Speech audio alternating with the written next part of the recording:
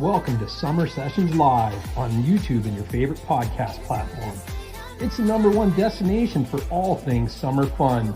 We'll chat about your summer passions and share some fan photos along the way. Summer Sessions Live. Enjoy the ride. In a summer state of mind.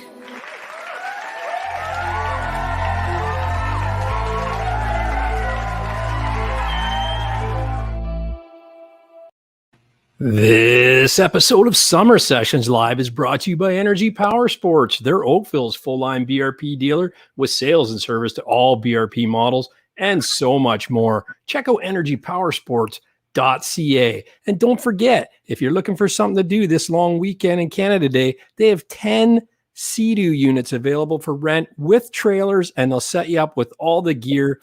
Check out energypowersports.ca, and they'll put you on the water. All right, Andy, how's it going, buddy? Good, Gary. How are you today? Good. Did you dance like this when that music's playing? I In was some state of mind. Evil and bobbing for sure. Yeah, a little weight loss dance for the old fella here. It's going to be a TikTok sensation. This for sure. Right on. For sure. Good So stuff. listen, we got my old buddy Don from Adventures This Way. He's coming on the show. I'll bring him in the house right now. Put your hands together for Don from Adventures This Way. Which way, Don? Hey, how's it going, Gary? Good. How you been? You been keeping good? Good. Busy. Yeah. Well, yeah, pretty good. Sometimes Kudos just to the- busy working around the house and everything, and the old body takes a toll on the old body. So yeah. As long as I'll be all you right. still get time to play, right? Hey, kudos to you for that picture hanging on the wall there, Kramer. I'm gonna put you full Nice. up Yeah, I there like so that, people eh? can see that. I love that, man. Like that's My wife hates it, but I love it. really. What does she Yeah, know? There yeah. we go. Well, There I your shouldn't big hate it, like I seat. should. Everybody. Hey, are you Yeah, like me? I don't Where, save that from someone. What's are that? you like me? Where are Go you ahead. like me? Where if you find it bugs her, you'll just keep it. You'll go buy more of them. Not very often. Just those few little things. I try not to get under her skin too much because I do that enough, just not on purpose. So, but breathing. no, we get along pretty good. But yeah, that's just one of those things. But this is down in the basement, and I kind of just decorated how I wanted to, and I like it there. That's cool. Yeah. And, The Andy. So yeah, Dawn happy to has be on been the a, show. yeah, Don's been a big fan since of my channel forever, and I remember his channels just starting out, and then he's been riding ATVs, Mhm. a little bit of snowmobiling, but he got into a Can-Am XMR1000 this year, Nice. and his channel is blowing up. It's not luck either. He's putting out some amazing content, and my wife's gonna be really mad at him because I am getting, after having Sassy on last week, and then now you, like that's all I watch now is mud videos, and it's like, oh, this is neat. Right on. Well, it's Before the kids. it's totally a growing niche market, and I mean it's big in the U.S., but it's really growing. I think more in the northern U.S. as well. And talk to my buddies that work at the dealerships. The mud specific units are still a pretty small portion of all the units that get sold, but I think it totally has all the aftermarket support and the gear and the cool looking accessories, and that's what people like. People like that stuff. Yeah, for sure. Anything that you can spend your money on, right? Yeah. Well, you got a real mix of people. Do you think people favor buying like a non-mud ATV and converting it, or do you think the majority haven't got there yet? Well, I kind of tried to make a video about it a while ago, and I think I may try to do it again. And I think, and I would be a good example of it, but I didn't really try to get into like mud riding. It just sort of evolved, But I think it usually comes down to when you're getting into something power sports, or you want to do something that your buddies are doing, snowmobiling, motorcycles, whatever, you have that entry level where, okay, I've only got so much dollars to get started with. And I think that's where a lot of it comes from. It's just price point and getting started. And then once people sort of get a taste for it, I'll tell you, like, I had my old Yamaha and I went out on one of the big rides during like the May long weekend, and just seeing the bikes and the people and the noise and what the bikes could do, you're like, wow. Like, the old 450 just it doesn't. Yeah. But yeah, there's something about it. It just kind of grabbed a hold of me a little bit, that something about it. Yeah. That's cool. But you went into Polaris. You got a Polaris and you did some mudding with it first. And then what made you jump into the XMR? Was it something that you knew the capability of that machine? Well, I definitely saw it. Well, just to give you a little bit of history, so like we kind of talked a little bit, like, I'm still a huge sled guy, totally a huge sledding guy.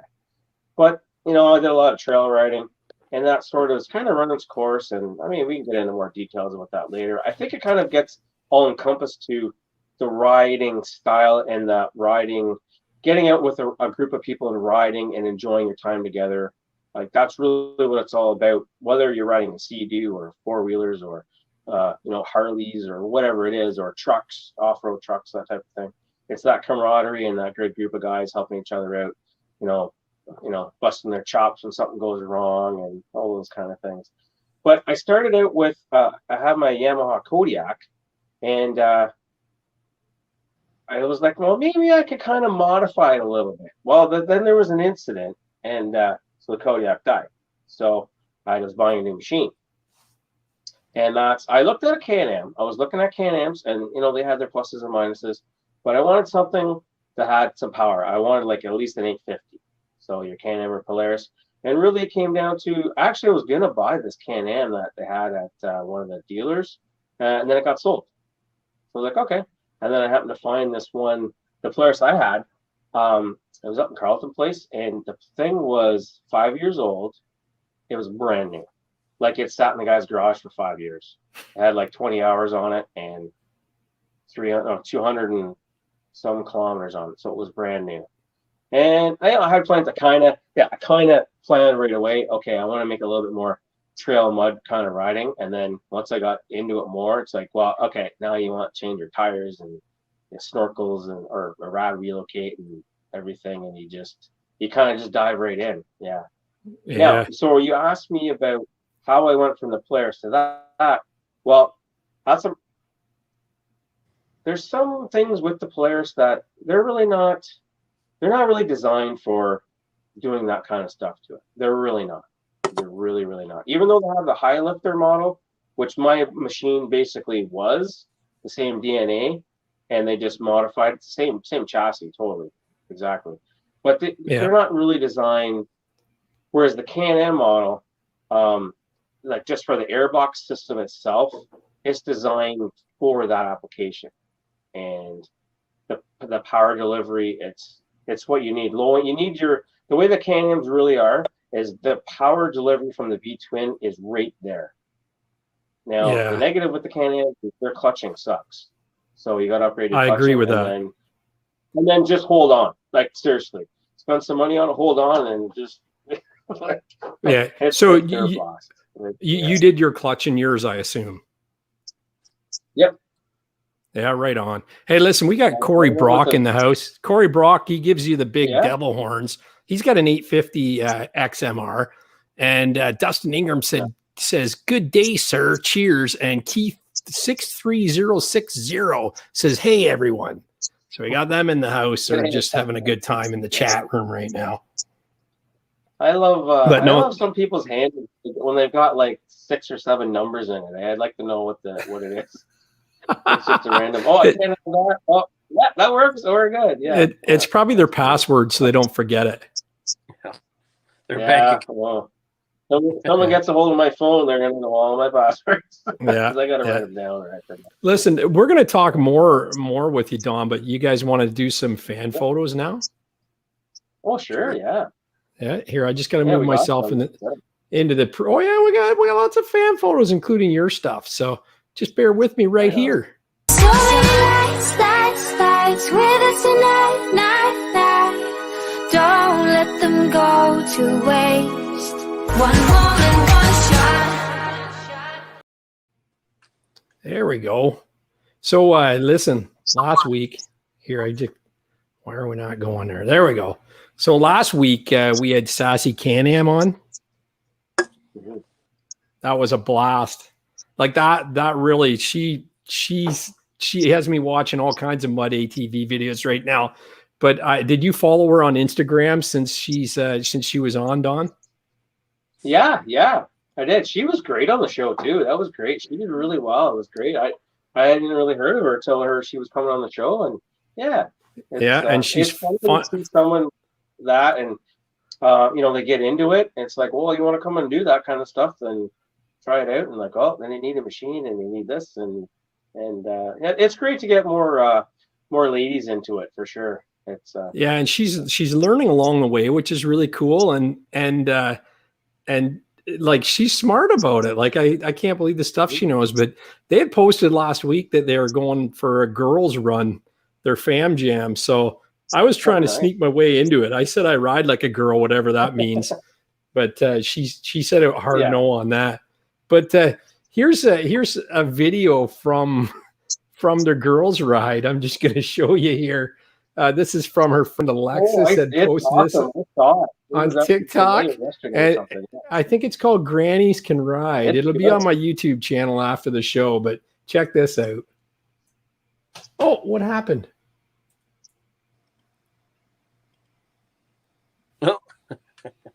Oh, there it is.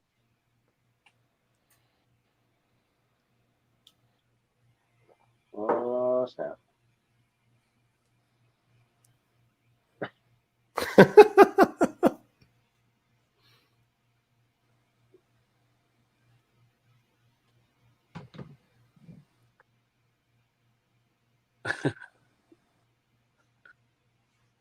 Lost a wig.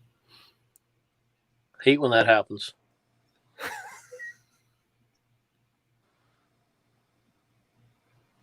That's the best.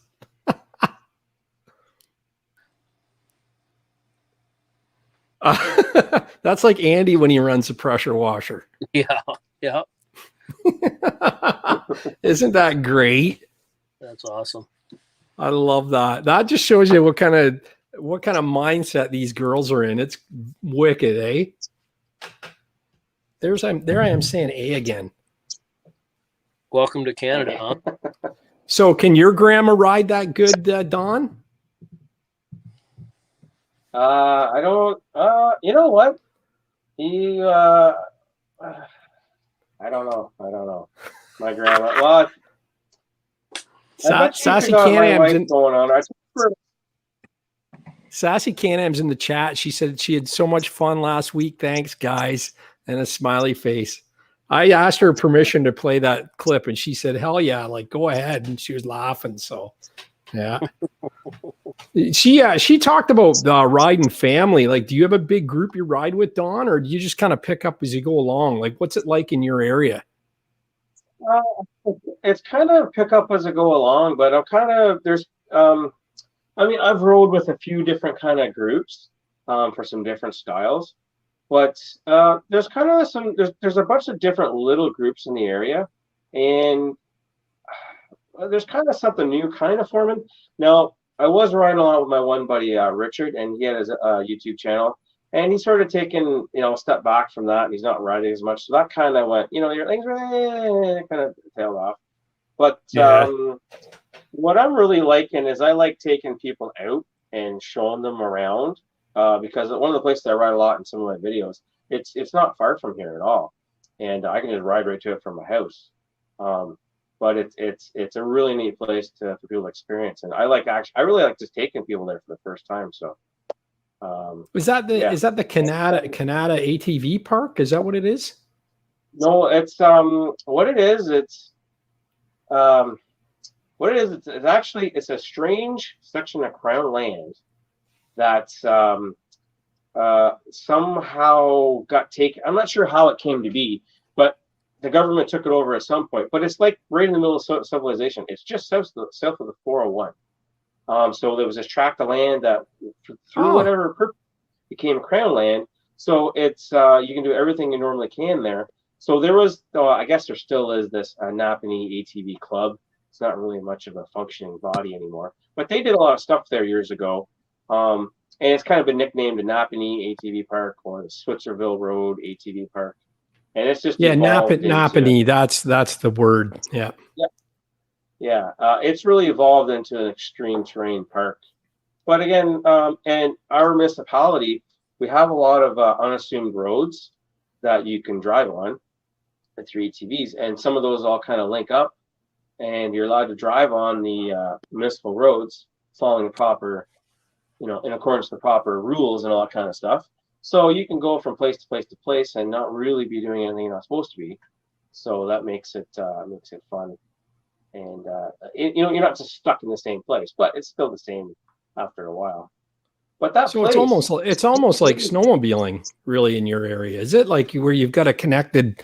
It's not like you're riding the same 10K over and over and over again. You can go places. It gets kind of boring, but you just head up a little bit further north, and you get north of Highway number 7, and you get into so much more crown land, and like there's trails, but like trail systems, it's not like that. There is, but it's all forest access roads. I mean, I go up hunting there all the time, and I mean, it's limitless where you can go.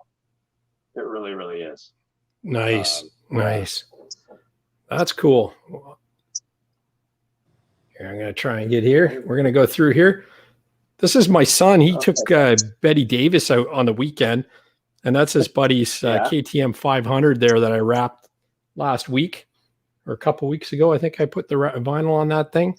But this has been the first time that Betty Davis actually got put through its paces. So Drew said he was really impressed with what that little Yamaha 350 can go through.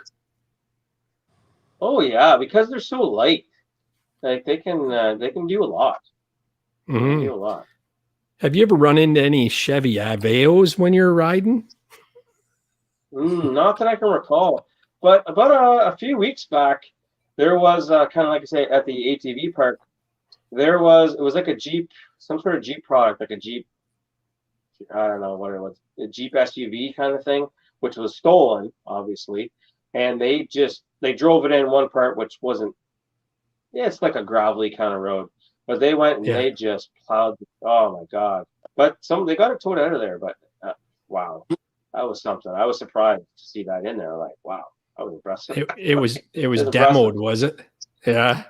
This is his buddy's. This is his buddy's dad's old car, and so they took all the seats except the driver's seat out, and I think they've actually taken the exhaust right off, so it's just a straight pipe out of the header, and they've been ripping it around in the field. So so the guy planted it in the hill, so Drew rode up on the Wolverine and drove it right up onto the hood. Nice. So he had a blast, but I said you should have went right over, but you have to watch that last step. It's a doozy there at the very back. I don't know if you'll see it. I gotta get right out. Yeah. You don't want to go off the back of that thing. Not slowly. No. No. This is do you know Swamp Life on the socials, Don? Yes, actually. I've talked to him a few times. Yeah, that's a wicked machine. I actually just got myself. See, he's got that rack in front of the machine there. That's like a giveaway raffle one, I think. And people put money in for their stickers on it. Anyways, I got a rack from him, and it just showed up a few days ago, and I got it powder coated. I went and picked it up today. Man, it looks pretty awesome. So Swamp Life makes racks, do they? Yeah. Because I think it was one of those things where he was like, well, I don't like the way that some of these other companies are making them. And it's like, I think I can come up with something better. And it's all aluminum. It's pretty nice. Yeah. Nice. Now, that's a rear rack, I guess we're looking at. Yeah, that's a Renegade rear rack. Yeah. exactly. Nice. And that's the thing, Renegades don't have a racking system per se, right? No, they come. Yeah, there's a mounting point for them, but yeah, you're on your own there. Yeah. Now, would this work with link accessories too, or do you mudders not care about that? Well, the one I got to start with was the BRP rack that has all. It's the same as on an Outlander. It has Yep, all multiple points for link system. That was kind of what I liked, but that's kind of what I wanted because I didn't know what I wanted. I got a few link accessories, and I had a little mishap, and I kind of dinged it up. They're not tough. They're not tough because they're plastic, and they just have like a couple aluminum braces that are supports, but they don't cover the whole thing. So it kind of got dinged up. But I was able to fix it up, and when I went my trip to Mattawa there past weekend, I had a bigger box on it, and it fit fine. And so I think with the new rack I got, I'll install it, and then I'll save the other rack for like the bigger box when I want to go hunting and go on a big trip or something. And then I still got some room left for. I have a few accessories where you can attach a tool and stuff like that. Yeah, nice, and, nice. Yeah. So this rack is compatible with that. That one is no. So the one I got from Swamp Life, mine was kind of like a custom because he makes that one for a Renegade, and then the Outlander one, it's just a little bit wider, and it has the some of the holes for the link accessories, but not all of them. So he did a combo for me. So mine's just a little bit bigger. Yeah, so it's kind of like a one of a kind, actually. Yeah. Sweet. Yeah, no, he's a really cool guy. He really wanted to help you out. Yeah. And, right on. What tires are those that he's got on there? You know what? I don't know which ones those are, but they are beefy. Yeah, aren't they? Look, early, yeah. Holy. Are they like? Yeah, I don't know what those ones are. Wow. I know most of them, but I'm not sure which ones they are. Now, that's a Renegade, is it? Yes, it is. That's very customized, that one. I know. I love the grill he's got on it, too. Yeah. That's that one I'm pretty sure has got some engine work done to it, too. Yeah. And this is a picture of Andy Kerr on the going across the Grand River. That is deep. How is that thing breathing, Don? I don't know. There's a lot of fingers just hoping for the best there. I don't want to be in that situation. No. I can tell you that. That's when you're like almost at the top of the snorkels and you're going, it's probably going to get shallower now. And then you go right underneath. I guess, what do you do in that case? Just keep her going, eh? It did go. Yeah. Yeah. Do you just keep her going or what? Well, the only way thing you can really do is just before you go under is at least shut it off. Shut the kill switch off. Because if you get any water, it gets in, and then the pistons are trying to fire, and it gets water inside the cylinder. It's gonna be game over. Yeah. Otherwise, it can be repaired. Yeah. You hope. Yeah. Could you hope? But when you play in those types of situations, it's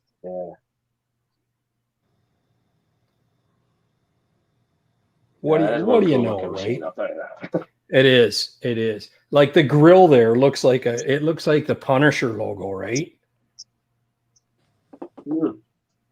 Yeah, it really does, Doug. That's what it is. It's kind of got a Punisher feel to it. Yeah. That's cool. So does he make that stuff too? I think it's the normal stuff too. What's that? Does he manufacture those too, custom or what?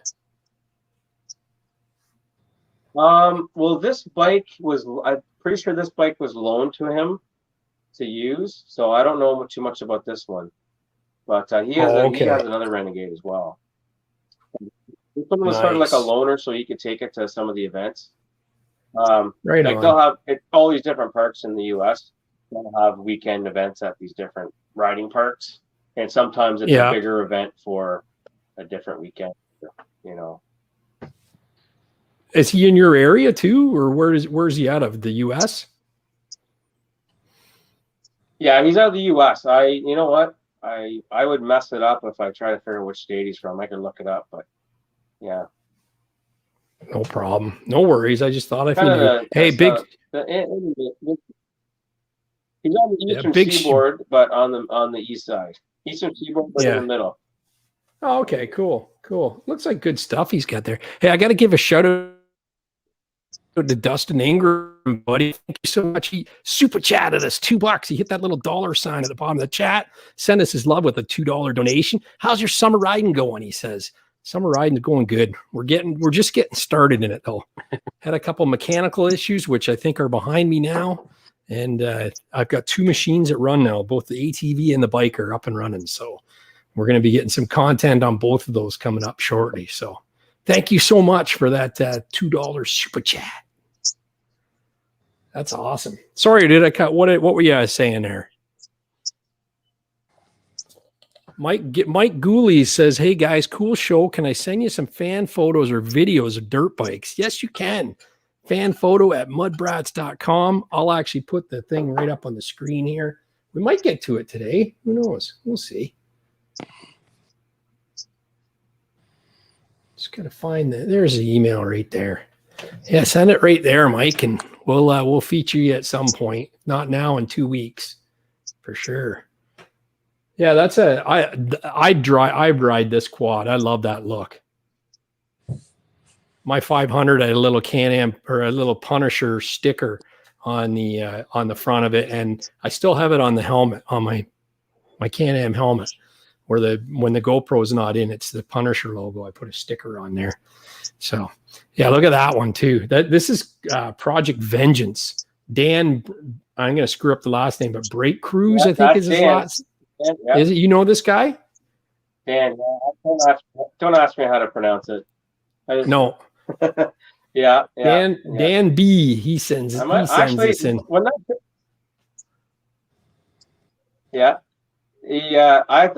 think that photo, I was right there when that photo was taken. Actually, I remember that because right on. He doesn't have relocate on the machine there yet, and those are 34-inch tires. Those are like the same size of tires that Oster Cruiser has, and you can't even see the back of them at all. It just that's buried. Yeah, that's how you get those holes sometimes, and it just goes to nothing. Yeah. Holy cow! Now you said about the rad relocate. I didn't even think about that. I see the snorkels on these things. I wonder what the theory is that they'd snorkel them, but not relocate the rad or manufacture it with the rad in a better spot. Well, that's a hot topic, I think, but I'm sure it comes down to the way that, okay, this is my guess, the way that the Renegade is built, there's just really no room for them to do it the way that BRP would like, to have the tolerances and blah, blah, blah, whatever. Plus the cost of doing it. We're just, it's the most expensive ATV that there is, and they don't give you everything on it. I mean, with the Outlander model, you get it, but you don't get real snorkels though. The snorkel system on a Renegade is way different than on an Outlander. It's completely different. Oh, really? What way? Like, can you give us a Coles Notes version of it? Just in how the tubing, the actual tubing and everything is run from your airbox, and the airbox would be very similar, but from the clutches, the tubing it's all integrated, and it gets ready to go out of the box. And it really is. Yeah. Wow. Where the XMR is a little bit differently. Yeah. Yeah. Exactly. There's Dan there. Yeah, so is this after you guys pulled it out or what? Well, it's one of those, sometimes when you see something that's cool, it's like, oh, I better stop and take a picture of that, right? There you go. Oh yeah, I remember that. I think I took that one, maybe. Yes, I did. He was that's a ball, that's like a skeg pile he was pulling off the sheet. So this would have been in a different ride, and he's got the rad relocate on there. I think it was probably one of his first rides with it on there. So yeah, I see that. He's a former Polaris guy too. Is he really? Right on. Going about the Polaris high lifter. Yeah. Is that right? He had some bad experiences with that model. Well, yeah. He's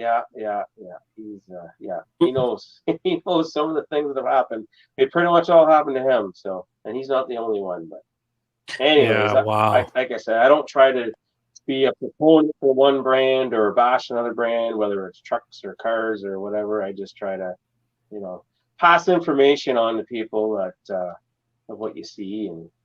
But some people are just loyal, they're to whatever their brand is, and that's what it is. But I think you got to have an open mind. Are there any brands I don't know that what to guess where I am right now? Are there any brands that besides Can-Am that have a mud version alone? Like does Kawasaki or Yamaha or any of the others have an actual mud version, or is it just Can-Am? Well, the only one that really does is Polaris.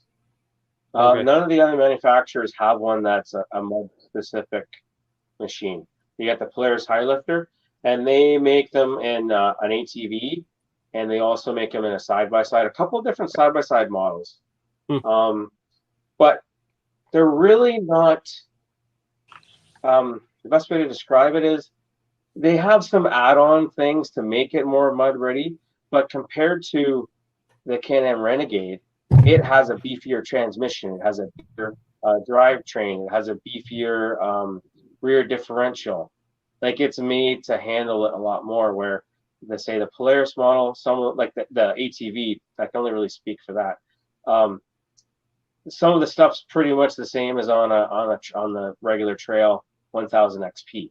There's some parts are different, but it's basically the same underneath, really. Right. No, that's like I say, I wonder. It's popular, but it's still a pretty small market in the global ATVs all over the world. Mud riding, that is, yeah. Yeah, well, that's funny. Hopefully, it does grow. It might end up being like the mountain segment and the free ride segment for snowmobiles. You know what I mean? Well, that's a really good analogy, because that's kind of how I thought about it myself. Yeah, totally. Yeah, like years ago you didn't hear about it, and now it's huge. There's specific lines of snowmobiles just meant for mountain or off trail riding. So, I mean, I think the ATV world will maybe go that way, possibly too, with the fact that there isn't a good trail system in Canada that I know of that that off trail really is one of the better places to ride them. You know what I mean? Like as far as deep in the swamps, and you're not going to get in trouble, or if it's crown land, trespassing, that kind of thing. Yeah, totally. That's really where we're at, because just like your reference to like off trail and mountain snowmobiling, when it comes to like with ATVs and sort of mud skeg riding, it's much more entertaining and easier to film in an entertaining manner.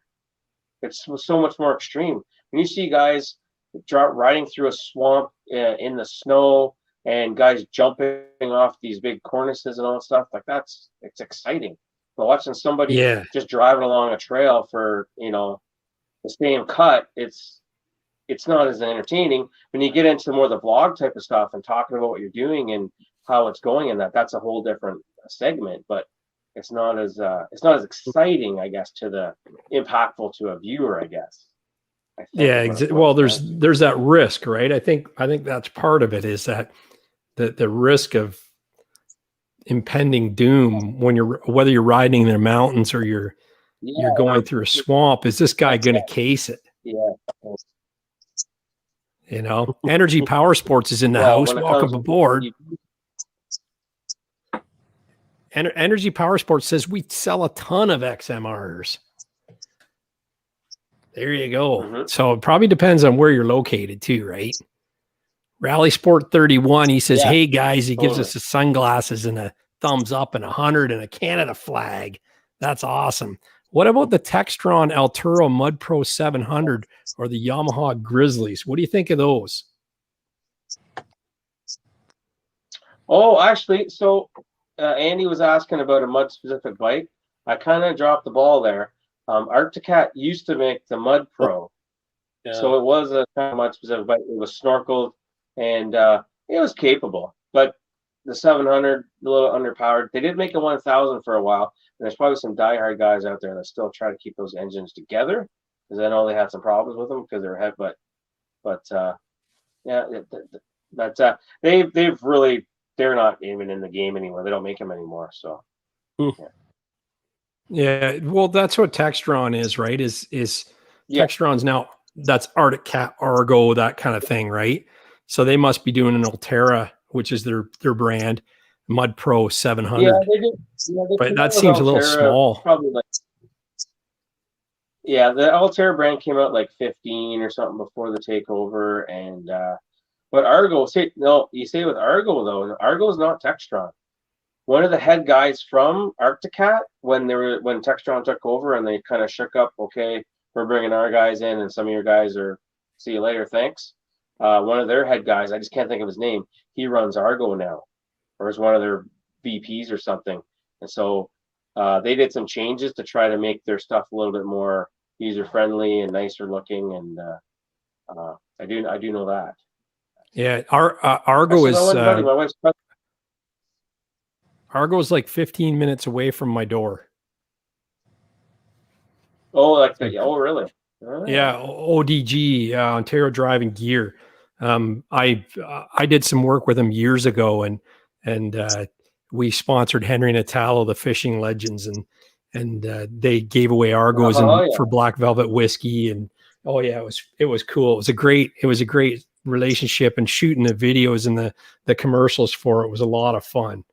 And we put that Argo through its paces, I'll tell you that. It was awesome. Yeah. Argos are they're like a Tesla. They're in a class of their own, right? They are. True. Yeah. They're very specific in things they do well. One thing I will say is, because I've been out with my buddies doing some stuff, and when you go in and out of them, man, that is a workout in itself just to get in and out of them. So, that is something. But man, they can do a lot of neat things when you're just floating in the water, driving along. Oh, that's something else. Yeah, it's scary at first because you feel like you should sink. Why am I floating? And like there's guys that put 2 horsepower Hondas on the back of them and putt around the lake like they use them as a fishing boat, right? It's pretty crazy. I don't get it. So this guy here has the same tires that Ostercruiser's got on there. Is this the bike? Yeah. Well, on this picture here, these are different tires here. He's got 2 sets. Actually, I think he's got 3. So those are Moto Havocs. I'm pretty sure those are 34s. 34 inch. So yeah, 34 inch tires. Yeah. So the other tires we're talking about, those are called Assassinators. They're the ones with the big 3-inch lugs. Sassy Can-Am's got Assassinators. Sassy Can-Am runs Assassinators. Yeah. That's right. There's some lunch there on the fenders. Yeah. Is that blue? No, I think it's the black. It's a green. I think it's just the way the color's been played with on the picture, maybe. But maybe. Sometimes when you get out, it does look bluey, eh? Yeah. But sometimes when you get out in the big skeg fields there, in those certain days, the colors are amazing. You just get this nice, high pressure or whatever system, and you get it's blue sky and partly cloudy, and the light is amazing sometimes. The pictures That's with the cool. guys. The guys that know how to take the pictures and play with the contrast and color, it can be pretty neat. Yeah. My name's hiding the oh, here we go. I'm going to shut that off. Hiding the halos on this thing. It looks cool. Love that. You've got halos on yours, right? I do. Right now, I actually don't. The ones that I got, they actually quit. So they actually got a lifetime warranty, and I sent them in, and they're supposed to be sending me back. I just they haven't come yet. And it's funny because today, my kids are they're 19, both of them. They're twins, by the way. That's why they're both 19. But anyways, I saw the UPS guy pull up, and I was like, "Oh, maybe that's my lights. This is gonna be great." Yeah, it wasn't for me. They'd ordered something. Ah, My that's kids ordered. funny. Yeah. Yeah, Damn. yeah. Yeah, Well, that's speaking of, awesome. well, those should be coming, but I got some kind of customization things on the go right now with my XMR. So if the lights came in, that would be great. But if they come in this week, I think they'll still be good. But It's going to be all part of the package, the lights and the other things. yeah, it's all part of the look. Yeah. But most of them you can get. I mean, you can order just a single color, but a lot of the ones you spend a little bit more, and you can change multitude of colors, and they can dance, and it's limitless, really. Yeah. Just to make it Well, your I own. was telling Sassy Jess last week that I ordered the Amazon offshore ones for $20 a pair of them, and the first set lasted not even 2 minutes, and then I emailed the manufacturer, and they sent me another set, and that took over a month to get here. The first ones came in a couple of days from Amazon, and then the next set took forever. And I think it was less than a minute the first set was on, and then the second set lasted about 5 to 7 minutes, and they were burnout. And so I went with another brand, but again, I'm not expecting much better results off of them. But everybody, like, I private message some of the people that are using them, and they have no issues. And I'm like, I wonder if maybe it's something in the Wolverines. Like, I went right to the battery too on the second time I installed them, because I was wondering if it was something in the Wolverines electrical that's maybe causing too much surge for the capacitor on them and blowing them out, or because that's what happened. You could actually smell the igniter was burnt. Yeah, that doesn't sound right. Yeah, I know some people that had some like kind of way offshore aftermarket type ones, and they've been worked fine for them. So yeah, I don't know. Yeah, I didn't have any luck with mine. Like mine, they were brand new, and I had trouble getting them to work at the start. So I don't know. Yeah. Well, that's the thing. If these ones don't work, Sassy said she got hers from Far Mudding, and I know that's someone you deal with too. Yep. I'm going to try a set of theirs and see what happens. But yeah. Rally Sport 31 says my Halos have something stupid like 280 plus modes, had them completely submerged in water and mud, power washing. Everyone loves them, and got a second set for my girlfriend's machine. There you go. So let me know which ones you got there, Rally Sport. I'd be curious to know. You know, maybe there's a little bit of luck to it too, right, Don? Sometimes, yeah. Well, like I could put these ones I got. They were brand new, but they were someone gave them to me. They're like, yeah, I don't have the machine anymore, and I wouldn't have bought them for myself, but they're for the back. And I mean, I know basic electrical stuff, how to hook it up and properly connect things and use waterproof connectors, and anyways, I've had nothing but problems with them. I don't know why. Yeah, they work by themselves sometimes. I don't know. Yeah, I did see that video where you were doing a rundown on your machine, and you said about the rear halos had crapped out on you. Yeah. But yeah, I solder mine and I shrink tube everything. Like, I don't use crimp connectors. You know, even my LED light bar that's on the front of mine, I threw away all the connectors they give you with it and just solder and shrink tube. Yeah. You know, so you don't have to worry about it. But yeah, hey, this is a cool shot. That guy's side by side's deep at the back too, right? I don't know if that's I might be Marty at Marty's machine. I'm not sure if that's him. I met him the one time. What are they nicknamed? Oh, Money Marty or something like that. I don't know. Is that right? He's got a Renegade too. I don't know. I've only met him briefly once. He seemed they're all a bunch of good guys. They're all from around Dan and a couple of the other guys. They're all from around St. Catharines, Welland, Fort Erie, those kind of down the Golden Horseshoe. Nice. Is that the right terminology? Yeah, that would be right. Yep. Yeah. So I wonder if this would be your area or down their area. I know there's a lot of riding down there in Niagara Falls area. I think it's down that way. Yeah. Now those tires that he's running on this side by side, those look almost stock. Like though they don't look like they'd be very good in mud. What do you think of that? Well, not so much for that type of a deep mud, but they do pretty good at a little bit of everything. Totally, yeah. Yeah. Yeah, they'd be good trail climbing. They could be the stock ones or something similar, yeah.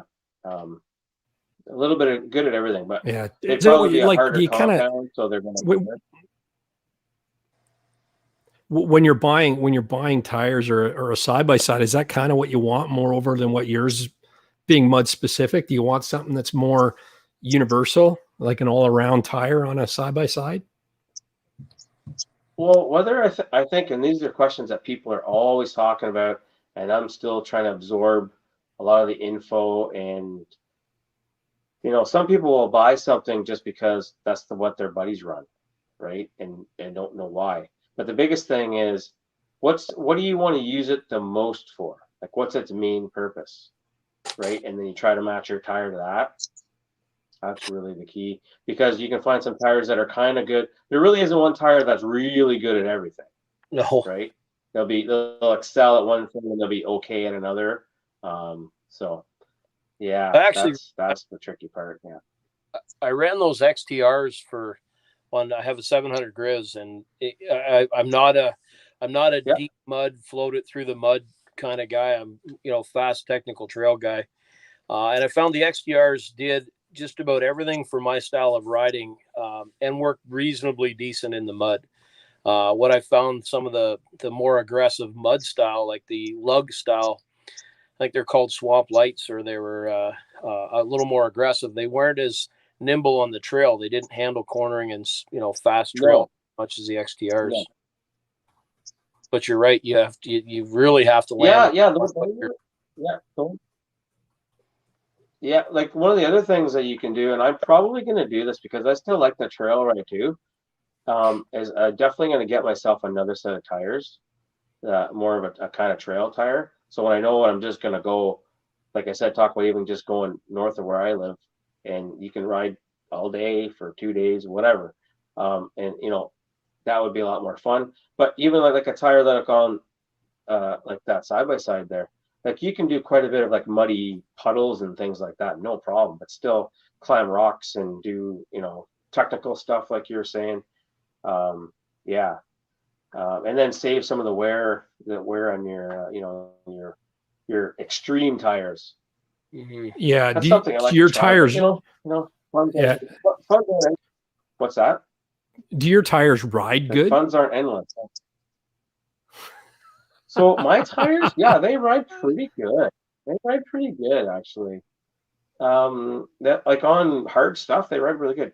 So we were saying before, like I did a bunch of trail riding in Mattawa. And Mattawa is very rocky and rough. It would have been nice to have different tires for that, but just didn't happen yet. But they did really, really well. Like they did really well. I was quite happy with it. Right on. Really quite happy with it. Yeah. Well, that's the thing. You need a tire sponsor, right? Come on, tire sponsors. Come on. Hook Adventures this way up. Yeah. Hey, I got John Luke wants to pop in and say hi. How's it going, John Luke? Hey guys, how are you? Hey, it's going well. Good, as you can see, I'm in my truck right now, but I am parked. Just so everyone knows, I'm not driving. I'm not driving. I'm in my truck. I just came back from work, and there's something very, very important tonight with the Montreal Canadiens. Hopefully scoring their first win, so that's important to me. But I just wanted to say hi and hopefully everyone's enjoying themselves. Oh, for sure. Well, thanks for popping in. We really appreciate that. Wait till you see the pictures of, I don't know, you know who Don from Adventures This Way is, but wait till you see his Renegade, John Luke. You're going to freak. It's a beast. And he rides as per the manufacturer's directions. Maybe you shouldn't watch his videos, because if he ever comes to you for warranty work, you don't want to be in the know. I saw a Speaking couple of that, yeah. So Now, how many Leaf fans it take to change a light bulb? Hey, both of them. I didn't get that, guys. Sorry. Oh, okay.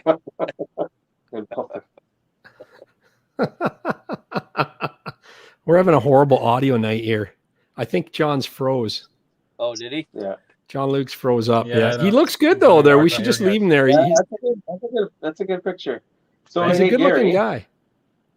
Yes. so you were just saying, what were you saying? Oh, about manufacturers' recommendations. All I would say is, with the release video from Can-Am, where they had Ostercruiser and one of the other guys breaking in the new XMRs for 2021. As long as you don't do anything else, that if you could do what they did, you're fine. That's what I say. Oh, okay, that's right. Because they showed you that you should be driving like that. Yeah. Yeah, you know what? I think And you're we just so you guys know, we're about to get so I think it's gonna be time frame around July or so, but in mid August we'll be getting the specs on 2022s, the new colors and new specs, new features. We'll see. I've got no clue what's happening at our end at Energy Powersports. We have a small surprise that we'll be announcing in the fall, and it has to do with everything mud, which we're super excited about. But it has to do on the parts side. And anyway, I think it'll be super exciting. And Gary, I'm going to have to take you out on a good run. I'm not a mudder guy at all, but I have a couple of my employees who that's all they do is mud, and they're really good at it as well. Yeah, Brad is one employee in the parts side. Don, he's like you. He knows not trail. He likes mud. The only trail he rides, he told me, is to get to the mud hole. That's it. Yeah. That's it. Yeah. Yeah. Well, I like that. Yeah, I'd like to meet. I'd like that. Yeah. Yeah, no, I could come on in anytime, and hopefully in the next couple of weeks, I was asking Gary if we can jump on with Brad, and he's got so much knowledge. He knows so many people in the mud community. He's been doing it for some time, and he knows a lot. He's broken a lot of parts. He's probably my number one client, frankly, because he keeps on breaking stuff. But that just to show you that he goes hard. Yeah. And he does not leave anything behind for sure. Yeah, it's nice to have him testing the equipment like that. There's a lot of guys that talk about it, but there's very few to do what Don from Adventures This Way does and what Brad does. That's it. Yeah, and actually, we speaking of rides and stuff, we enjoy when clients actually want to come with us, and he will take them. He'll show them how deep you can get with an XMR, whether it's side by side or absolutely. We really enjoy when clients come with us. There is an event, you're probably aware of it, but at the Hawk's Nest, I think in the next couple of weeks or so. So he'll be there in July. Yeah. Are you going to be at that? All right. Oh, excellent. Yeah, I'm not sure. I'm not going to be there. But he'll be there with the Energy Powersports truck and a few XMRs as well. Unfortunately for us, our Project XMR ATV will not be ready for that time. But I hear it's an awesome event, and they're definitely worth going to visit it for sure. The Hawk's Nest is great. Have you ever been down there, Don? No, I haven't. No. So I'm seeing if I can make it work or not. I don't know yet. I'm not working that weekend, but we'll see. We'll see. Well, it's pretty close to my neck of the woods. If you're doing it, Don, let me know, because if I'm around, I'd meet you there. It's a great little park, but it's mud. Like it's nothing that I'd probably. I mean, there's shouldn't say it's mud, but you can take a dirt bike there if you want. But the guys that are doing it are the guys like that last picture where they're buried, coated. Oh, yeah, no, for sure. So Corey Brock says it takes about 3 weeks to wash the clay off your bike after going to the Hawk's Nest. Yep, and he's right. Yeah, it's super thick Ontario clay. And this is one of the reasons why I don't love mudding myself. I just don't have the time after to clean it. But my son took his XMR out with Brad, and I had asked Brad, I said, could you please just don't go easy, make it more water, dirty water than mud. And they came back. They were filthy. They had a time of their lives, of course, but it was 2.5 hours of washing after. It's horrible. Yeah. And of course, my son is sleeping, and I'm the one washing it. It's terrible. I've been there and done that. Yeah, been there and done that for sure. Yeah. For sure. No, it's Very cool. that's the thing. And I said last week I had a pile of dirt, and I wasn't doing mudding like this. I had a pile of dirt on my yard, a hump where just the sand and dirt and mud had built up, and all kinds of funky things growing in the grass. And yeah, Corey Brock says he's given up on mudding. He tries to keep his units clean, but he's got the machine for it. Yeah. I don't know. I want to get into it. I want to try it. I just am so into it now from Adventures This Way's videos that I just got to try it. I think it would be cool. You know, very cool. Yeah. Well, guys, you know, I didn't gotta hop off. Sorry, Gary. I have to hop off because the game's about to start and I can't miss it. It's a ritual in my household. I wish everyone an awesome night, and thank you for allowing me to jump on tonight. No problem. Anytime. We'll be talking to you again for sure. Thank you for coming on, John-Luc. Thanks, Appreciate Gary. it. Ciao. Yeah. Bye. Bye. Yeah, nice to meet you. Yeah, John-Luc's a great guy. Yeah, if you're like, you come down this way, pop into the dealership, Energy Powersports, and you're driving right through town anyway, so you might as well stop into Energy and say hi. He's so good. He'll give you a tour of the whole place. It's massive and nice. Yeah. So super guy. Rally Sport 31, he agrees. He says washing sucks. LOL. 1500 PSI electric power washer takes hours to clean off the machine. Yeah, it's that's the one thing I hate about it. That's why I like snowmobiling better, is you don't have to clean them to that degree, you know? That's true. But getting some products that help repel the stuff really does help a bit. But just like your car or truck, you put a good wax and good protectant on it, it helps, but washing it off as soon as you can helps. Sponges and SC1. Yeah, that like stuff works with all kinds of stuff. Yeah, that's a good product. Yeah. Well, Hawks Nest actually has a pressure wash, like a bike wash station there, you know, so you can clean up before you leave, before it hardens on. But what are some of your that's a good point. We're getting on this topic. Like, what are some of your tips for washing up? Well, one of the things that I learned from a lot of the other guys is what really helps is having a spot to go and kind of clean up before it dries, and where you can get like into some deeper water, and that really helps clean. The really worst stuff is the undercarriage. That's the part that, because it's really hard to get to. But if you can get into some deep water and get a lot of that rinsed off, and then you can take the water and sort of and hand bomb it yourself as best you can, then it makes it not as bad of a chore before it dries up when you get home. And then keep your radiator clean, try to get some water in there. But that's a whole other thing as well, as trying to keep your rad clean. That's why people do the rad relocates so much. But you still got to clean it, even if it's in a different spot. But yeah, that's right. That's what makes it more challenging as you get into the later months and it gets drier. Those water holes and water sources, they kind of dry up, so it definitely makes it more challenging. So, yeah, that's right. Rally Sport says he hasn't tried SC1 yet, but he's tried Lemon Pledge for the plastics and WD-40 for everything underneath. What do you think of that? Yeah, probably same stuff, really. Mm-hmm. It depends too on your machine. Some of it just has like the plastic that's colored plastic, and then you have ones that actually have paint. Like mine has automotive paint, and like I got black at the back. And I don't know if you mentioned it, Gary. I think you did. You're like, no, I bet you that's gonna get all scratched up. And yes, it certainly has. It is scratched to heck. So wow. I got some changes coming about that. Right. Well, this week it should be happening. So what's painted? Is the plastics aren't painted, are they? Yeah, on mine, all the plastic's painted. It's like an automotive paint. The yellow, the neo yellow, it's painted, and the black at the back, it's like a metallic flakes in it. Yeah, it's a really nice paint job, actually. But yeah, Now, what's the base color? Like, what's the plastic color? Is it white? I don't know.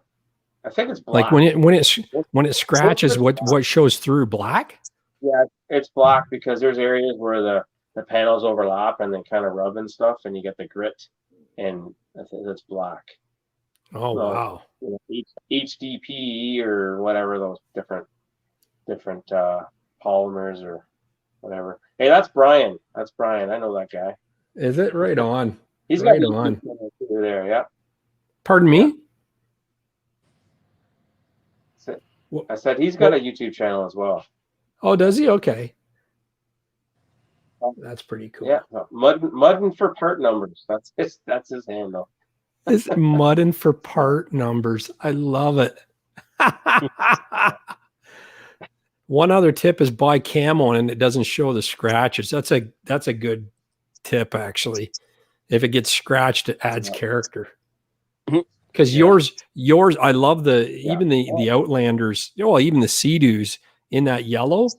It's gorgeous. Yeah, it's nice. And I can't imagine it would break your heart. It would break your heart to have a scratch in it.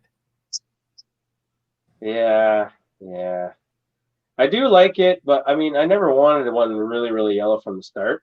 But when I first went and picked it up from the dealer, and you're like to actually see it in person, it's a nice color. But it's sort of worn on me a bit, and I'm making some change. It's just a little too much yellow, but it's a really nice color. It's really nice. You got to see it in person to appreciate it, actually.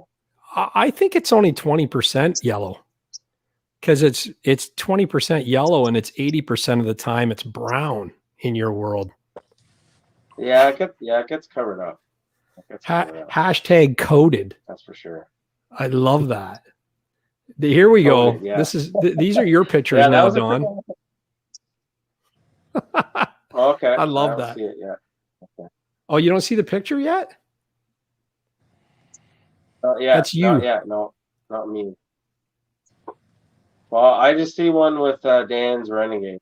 Oh, you're watching on YouTube? Oh, you shouldn't do that. There's like a 19-second delay. That's why your audio is delayed too. Yeah.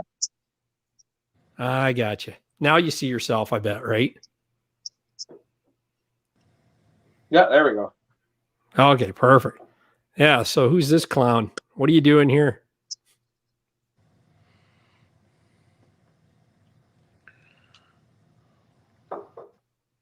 Looks like 3/4 throttle. Yeah, that's almost right. Wide open. Yeah. It's a good. I think he froze up. It's a good picture. Every mud morsel stopped. Love it. Mm-hmm. Well, that's like, I'm trying to think which one. Yeah, that's like a screen grab off the GoPro. I don't know. I just got a GoPro Hero 9 a few weeks back. I'm not sure if that was from it. It might be. I have a 7 as well, but they're pretty amazing. The still pictures you can take off them. It's pretty cool. Yeah, that's great. Yeah. That's great. Yeah, your audio is really good too. Is that coming right out of the 9? Yeah. Or is that from? Yeah. Yeah, totally. Because your audio is really good. How you capture the sound of the engine through the water and everything. That's what I've been trying to do. Well, I've been trying to. So I switched the camera mounting is. I mean, people that don't make any videos at all have no idea, or if you take photos, what it takes to try to get a good angle or something like that, right? But you're right. Camera position is such a big thing, and I've switched it to under my visor a while back, and the audio is so much better. And I'm liking the look of it too. So. Yeah, it does. It looks. No, I really think you're doing a wonderful job, man. Your videos are great to watch. They're the right length. I don't think you'd want to go any longer, and you got a lot of personality in them. So good job on you, man. You're doing a great job. I'm envious. Well, thanks. Hopefully, you know what? What really is what I really enjoy is when people like the videos that you make, and whether it got 100 views or 10,000 or whatever, and new people come along, say they enjoy it, like that's all you want. Right? That's great. Try to figure out what works and just keep making that. Yeah, for sure. So that was from last weekend. Do you know where that is? Can you guess where that is, Gary? It's kind of hard to tell. No. Okay, that's the mic of mine, right in behind. No, I can't. The dark spot. Is it the dark spot? The mine is above up. Oh, is that right? It's low like that. Okay. Yep. It's wet. It's really wet. It's very wet. There was actually some ice in there still. I couldn't believe it. Wow. There was a big. How deep did you go? We didn't go too far. We didn't go too far in. I did the whole thing in the wintertime. It's pretty big, but it is. It's huge. Yeah, you need a light. Andy, have you ever been up there to the Micah Mine near Mattawa?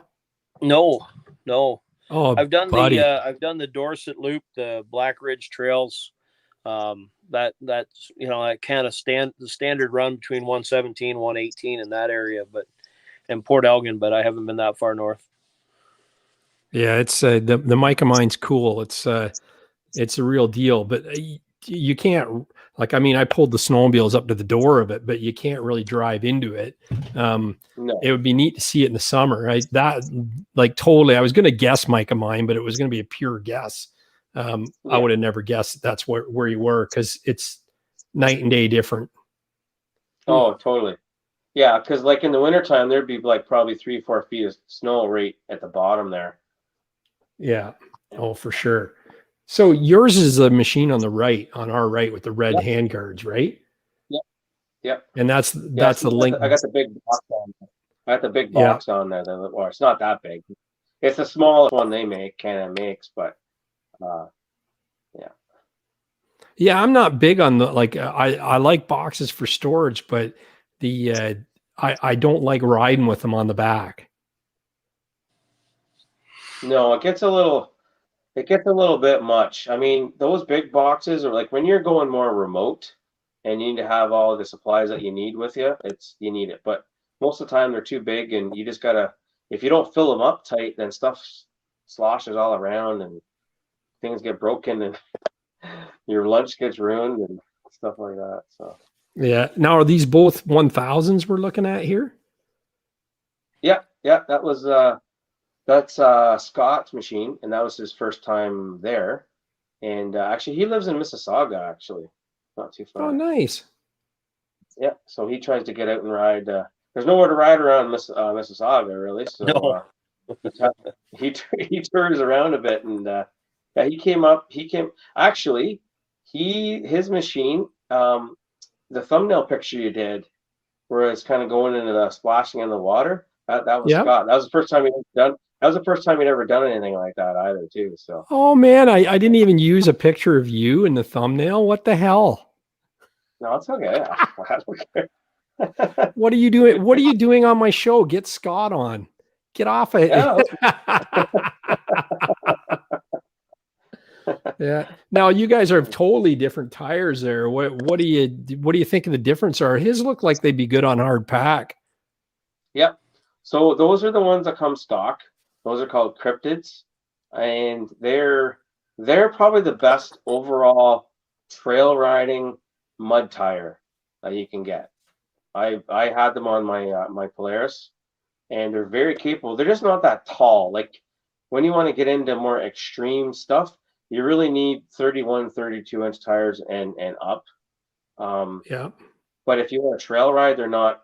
Your center of gravity changes, and actually, I was working on the video from this the other day, and there's a part we switched machines. So because I have an aftermarket clutch, as I was saying, so he could try it, and then as soon as I got on his, it was like and we were on some like forest access road where you could kind of really open it up a bit, and the smaller tires are so much more fun to drive. Like it's just so much more nimble, right? Right. Yeah. The aftermarket clutch, you just punch that thing and it just goes. So it stands, does it? That's awesome. Oh, it will. It will. Yeah, you gotta be careful. Well, you think of how many horsepower is 1,000 cc's? I believe it's 91. And they Wow. can be And tuned to more. Yeah. and what's it weigh? 9 and change. I think by the time you're on it and all your everything, and you're pretty close to 1,000 for sure. Oh, then that's damn that's a lot of weight. Then I thought they were lighter than that, but yeah. So, You know, when you're riding them, like, you know, talking about snow, I was just talking with one of the other guys. So the player's the back there, his name's Jeff. He's a big sled guy. And you know what, Gary? He was a big Arctic machines, and he had Polaris for 2 years, and he's got himself the new MXZ coming, Skidoo nice. 4-stroke. Oh, nice. What is not the Mach Z? No, not the Mach, but the XRS. Same machine, Yeah, basically. with the 900R. They make the 900R in it. It just doesn't have the launch. Yeah. But so we were talking about, 4-strokes, and I go, you'll be fine. And of course, everybody talks about, well, aren't they going to be so much more heavier? When you're riding them, they're not. And riding these, they don't feel heavy at all. The only time they really feel heavy is when you try to push them. Yeah, yeah. They're Well, that's heavy. I rolled a little Wolverine down around the garage myself, and I remember my Can-Am 500. It was a chore to move it, and that was only a 500cc stalker, right? Yeah. I can't imagine yours must be a beast. Like that thing. You see little kids riding these things, and you think, man, if that ever went over on them, you're going to crush the poor guy, right? Or girl. Yeah. So. Are these all big bore? Like, what's that Polaris in the back? Is it an 800 that's a 570 Polaris, 570. Yeah. What did you think about Sassy's? Like, she's riding a 570 and loves it. Like I never thought about something small like that for mud specific riding. Well, yeah, like I say, that Can-Am 570 it's a twin, right? So yeah, it makes good power. It makes pretty much as much horsepower as the 700s. That's for sure. But they they make an XMR in the Renegade, an XMR Renegade 570, and then they also make in the Outlander 570. But the Outlander one, it's the kind of basic chassis, so it's not like as durable. But it's it's an entry level, right, to get into it type of thing, Oh, for sure. 570 Renegade. Yeah, you also have the 570 Renegade as well too. So yeah, that's the thing. I always like the Renegade looks. Even back when I had mine was a 2012, the Renegade was still a sharp looking machine. But yours, that snorkel cover gets me every time, man. It looks like Alien, like Close Encounters of the Third Kind. Looks military. Yeah, exactly. Yeah, it does. Yeah. This is a great shot. Yeah. I said, we gotta. Yeah, that was an interesting day, I gotta say. I know where these. What's that? I know where this is. That's Manawa. Totally recognize it. That's the sled trail there on the left, and it winds all the way through. It keeps coming back, and it winds back through again. Love that area. It's all power lines. What's that like to ride ATV? And it must be awesome. Oh yeah. There's a part where it's really flat where we hit the one day and we were ripping. No, but if you can see in the back, there's a bit of a little water crossing there, but it's not that deep. And this is all muskeg and skeggy. You can see where some guys have kind of played in it a little bit. And Jeff just decided he was just gonna kind of hit it, and I was like, oh, man, yeah, that was about an hour and a half ordeal. He had some equipment problems that really made it more challenging. Oh boy, I had to use all the tricks I knew, and wow. Oh, and of course, there's no cell service there either, too, right? No, that's true. Oh, he was stuck big time. That's like 3 feet deep of just muck. But muskeg like that, when it's mixed, muskeg when it's mixed with that much water, it's kind of like mud, but where you get the suction, but there's nothing to it. There's no density. It's like jello-y. You can't. Oh yes, it was a mess. That's wild. Well, I've got a buddy that. Go ahead. Yeah. I said, yeah, like, it was deep. It was not a good spot. So that's why you always got to check before you go somewhere you've never been before. It's always worth it. Do you guys pre-walk the mud holes usually before you try something like that? Yeah. Do you actually wade into it? Oh, absolutely. You absolutely have to. If you've never been in it before, you don't know how deep it is. I see videos of people swamping their machines and they never even checked it. Yeah, I guess that's the thing. Yeah. I think you're like me. You appreciate what you paid for the unit too, right? And it's like, oh, that's like I was saying to Jess last week or 2 weeks ago. I was like, yeah, that's my concern is especially with a newer machine like that. If it's 10, 12, 20 grand, you know, like I know yours is the top of the heap, right? Yeah, you're gonna take a $20,000 gamble that's only 2 feet deep. Yeah, it's not worth. I mean, you get to that point where it's that little bit of risk factor, and you got to take calculated risks, right?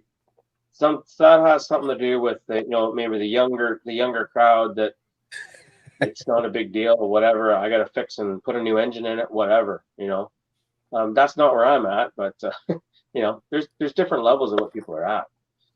Yeah, it's true. What's your level of risk? It's like the stock market. Yeah, the stock market. Yeah. Hey, so this is the lookout we were talking about before the show. It's awesome. Yeah. So it's so on the Explorer's loop, it's one of them. I'd have to look it up, but it's more kind of it's the from Mattawa. It's the most northwest, really. It's kind of the outer rim of that loop. Excuse me, but it's not too. Is it?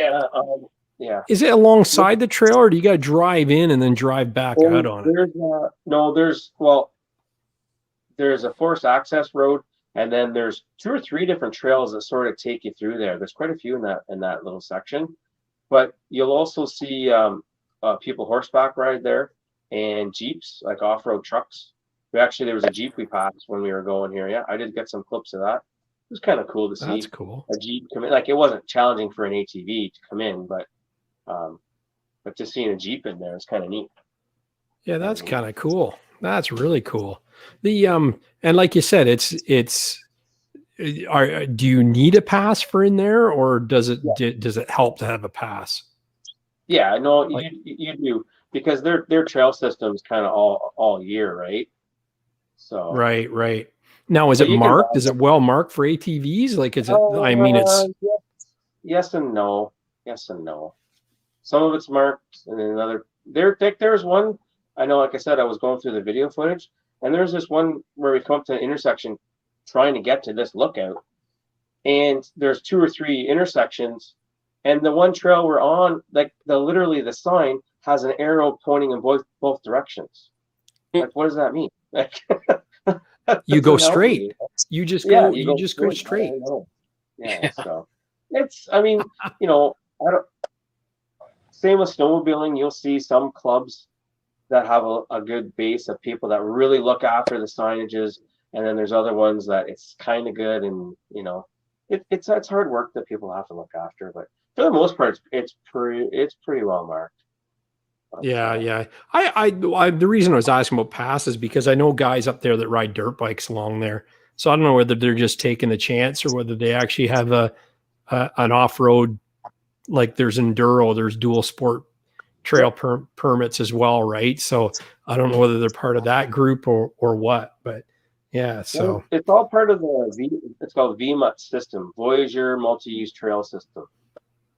Okay. That's what it's called. So you can buy a day pass or it's a day. Yeah. That's cool. But yeah, I love the lookouts. Like that ride you did here.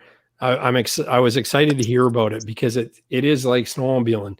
You're taking trails and you're finding destinations, but it looks like you also had mud to play in too.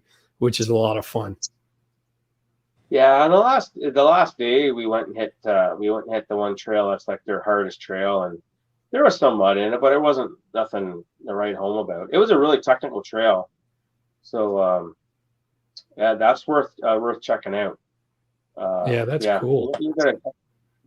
It is a good ride. There we go.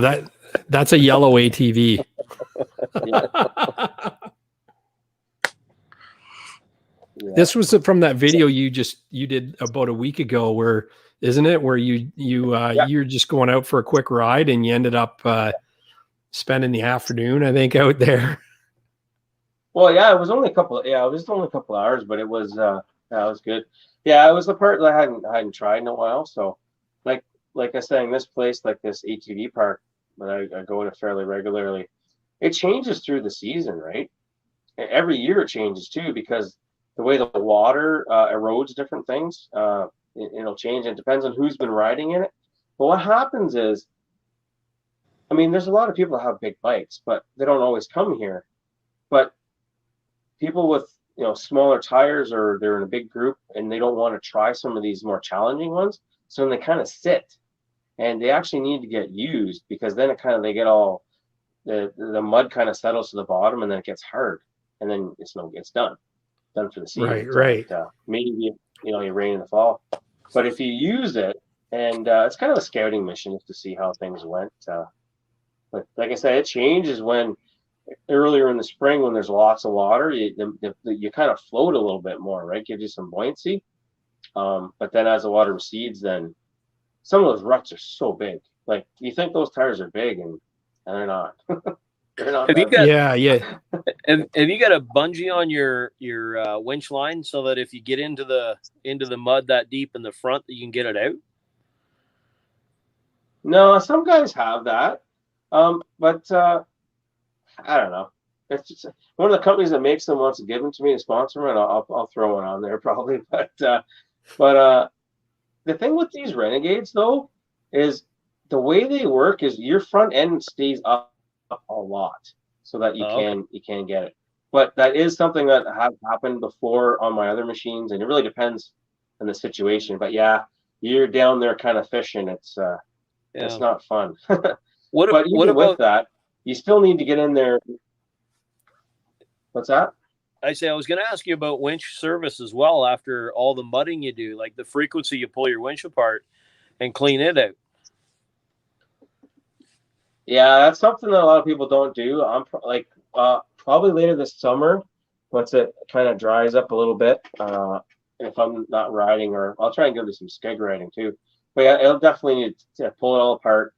Now, this is a newer winch that Can-Am has designed. I think it's Warren that makes it, but they're supposed to be sealed, but nothing's really sealed. So you definitely got to take it and service it, because stuff gets in there, and it'll make it last a lot longer.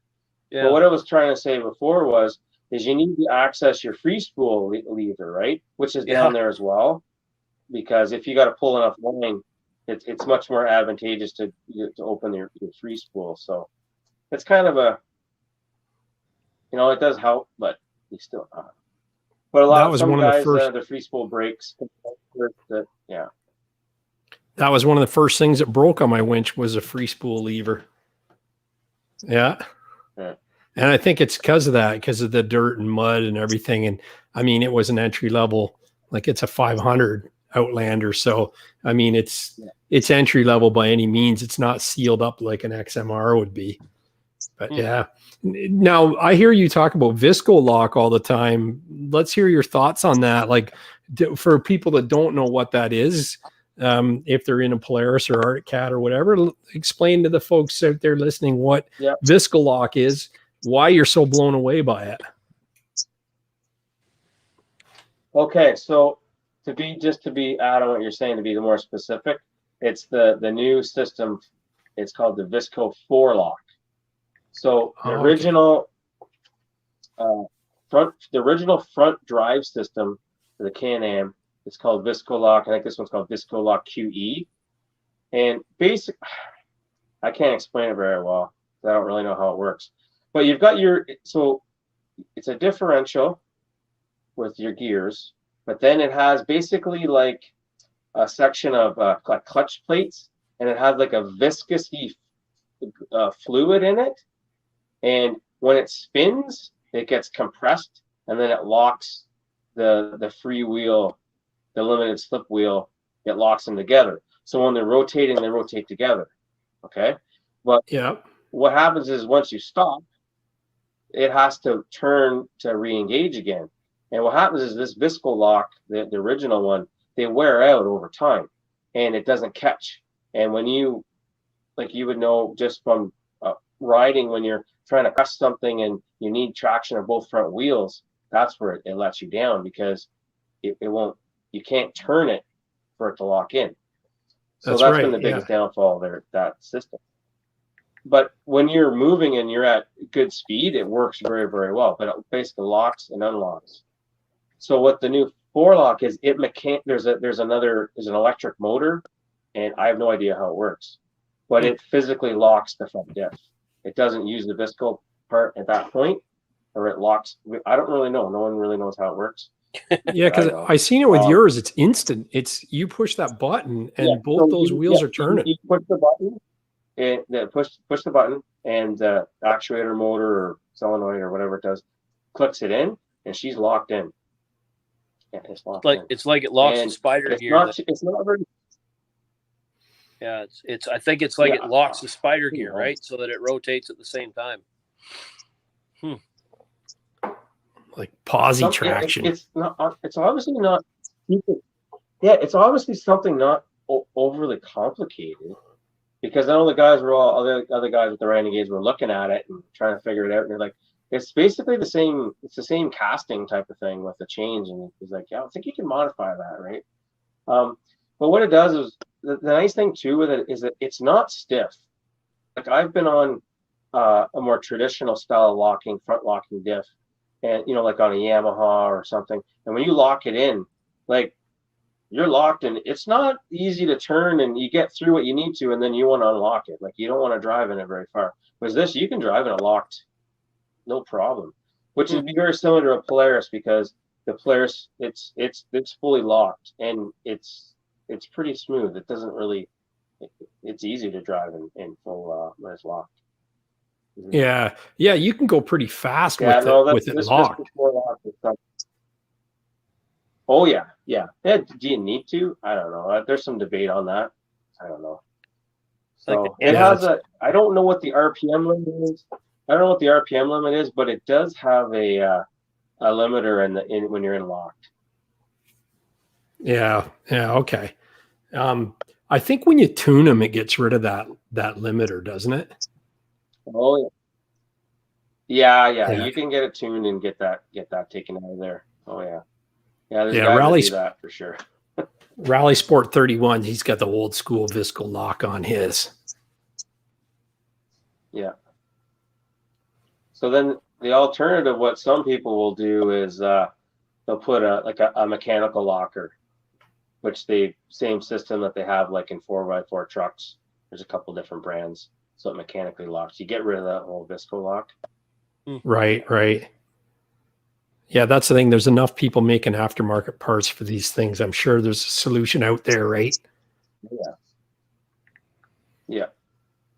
So you're pretty clean here. Now, are you running beadlock tires or those? Yeah. Those are the factory beadlocks. Yeah. Nice. So you've actually upgraded the tires on the factory rims, I take it. Yeah. That's all I had to do. Yeah. And what size are those tires? Black on black. Oh yeah, it looks great. They are 32s. They're 32s by 32 by 9.5 wide with 14-inch rims, but they measure just a little over 31. So they're like 31 and a bit, 31 and a quarter. I mean, they're really soft compound, so I could probably bump them up to, I run at about 7 PSI. I can run them probably up to about 9. And but they're so soft, like they really help absorb the bumps, because the shocks they're a little stiffer on that, They're a little Are stiffer they? than on. Yeah. No, like the way Now, they're calibrated. Yeah. Yeah. Do you mess with your suspension at all, or do you just set it and forget it? I really haven't played with it too much. Because you've got the Fox 3 clickers, and I just leave them on the lowest setting, and you know what? I'll probably will play with it. I should adjust the springs a bit or something, but it's pretty good. I just got to watch when you hit some sort of big things. I can bottom out. But Yeah. I like that over if you have a little stiffer, then it's a little harder on the back and stuff, especially when you're on that really bumpy rock stuff. Yeah, for sure. Is Smart Shots a thing for ATVs yet, or is it just on the sleds and the side by sides? No, I don't think there's anything on the ATVs yet. I'm sure it'll probably come. I don't know. Not that we know of yet. Not that Yeah, that would be interesting to see how that plays in. Well, where was this? You'd probably see something like that on a, in the sport ones for sure. When they do the cross country racing and the jumps and stuff like that, like the XXCs, that type of thing, or this, Polaris, because Polaris has it on the Razor. They have it. I'm sure they would probably come up with something like that. Yeah. Oh, cool. Where was this picture taken here? That would be the same day, I think. That's at the ATV park. It's kind of a little swampy area, I call it, but it's not really a swamp. But I guess the whole place is a swamp. Yeah.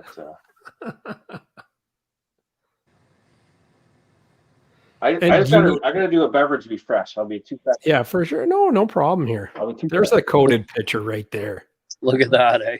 Yeah, that's crazy. It's crazy. Yeah. I was listening there, Gary, and the suspension adjustments. I think of the difference in the world of motocross and my world. We have a book of settings, just constantly trying to find the right setting for the right speed and plushness. The top third being plush, and the bottom, taking the abrupt jumps and stuff. So it's really funny. Watching these gives me the urge to get the old Grizz out and go for a tear. I know. That's the thing, and I've been right into it now. It's like I just want to go mudding so bad, right? And I don't have the machine for it, but I'll take yours. Yeah, might have to wrestle Wyatt for it. Yeah, is that right? Oh, that's funny. This is hashtag coded, Don. Yeah, I gave her a bit. I was like, once she started getting dirty, you're like, whatever. Yeah, that was. I tried to get through that, and is it OFATV or is this just Napanese, just Crown Land, like it's a free for all? This is at the ATV park. And, okay. The Napanee ATV park, and it's Crown Land. Yeah, right on. But you don't have to pay or anything to ride there. You just show up. Nope. Yep. Nope. You show up. That's good. That's good. It looks like mine would be up to the handlebars in there, I think. But what do you find? Do you find people's ruts are the biggest challenge for your bike, or is it? Are you high enough that it doesn't really matter? For a lot, most of the terrain, the size of tires I have, you can get through pretty much everything. But even this spot here, like my machine's on bottom there. Like I got as fast as far as I could get. Like there's some deep ruts, but what happens is at certain times of the year, people are in there and they're trying to get through it. And I think what happens is they keep digging it out, and rather than just giving up, they just keep digging, and then it just gets worse and worse and worse. And somebody else with big tires comes through, digs it out some more. And then Mother Nature does the rest, I think.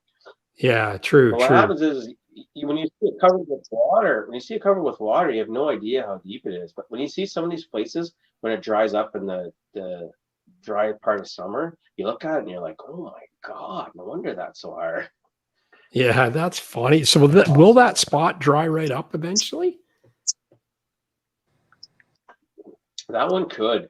But what I was saying earlier was, what'll happen is then if no one gets on it, and then it doesn't get any rain, and the water that sits on top kind of sinks in and it kind of gets hard, and then it'll crust over. So if it does get used, it will last. Some of these are so deep that it will stay.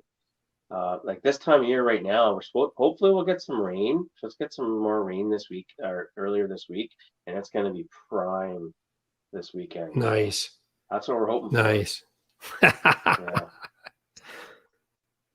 We got Is so there much lots of rain. now? You've got Sorry, Gary. We got so much rain on Friday and Saturday we couldn't ride.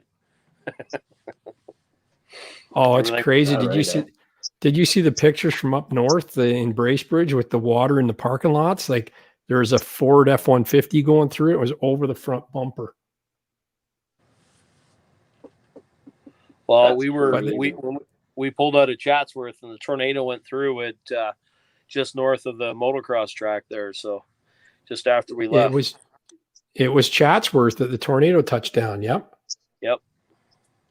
And I happened to be driving the RV with the trailer, so I knew I was high risk for tornado hitting. Yeah, for sure. Well, if you're in the trailer at the park, that's even higher risk. Yeah, no kidding. Because they only touch down in trailer parks. You know that. Yeah. Well, with my clothesline out. Yeah, that's right. If you see a cow pass you in the air across the road, you know it's time to find some lower ground. Yeah, get my belt out and tie it to the ground. That's right. Oh So dear. this is this muskeg, Don? Yes, it is. Yeah, this is out in an area. People refer to it as a Lingham Lake, but this isn't Lingham Lake. But it's Lingham Lake's a big area of Crown land. There is some privately owned land near the entranceway to it. There's some hunting camps out that way too. But this area here is all in the hydro lines, and it's a big hydro run. And they actually come in and spray this. Like they spray the vegetation to kill it. So this is an area that started to die down, and it was dry and it was wet, and it was a pretty cool spot there. Right Sometimes on. it gets really wet. Once it gets chewed up and really wet, it's a lot harder to traverse. Why do they spray it to kill all the vegetation? Yeah, I was out there one time last summer. Yeah, and they were out there spraying it. The hydro guys were out spraying and doing it. Yeah. So then that way they don't have to cut trees and stuff. They just kill it. I guess so, right? Yeah, Andy's a hydro guy. He'd know about that. Don't tell anybody. No, Yeah. you were ex hydro guy. But is that why they do it, Andy? So they don't have to cut? Like keeps the weeds down, keeps the trees from growing back in, so they don't have to go through with mechanical harvesters, and keeps the brush down. Yeah. Now so they wouldn't care if you're riding along there or underneath it? If you're beating the trees and the vegetation down, they're probably pretty happy.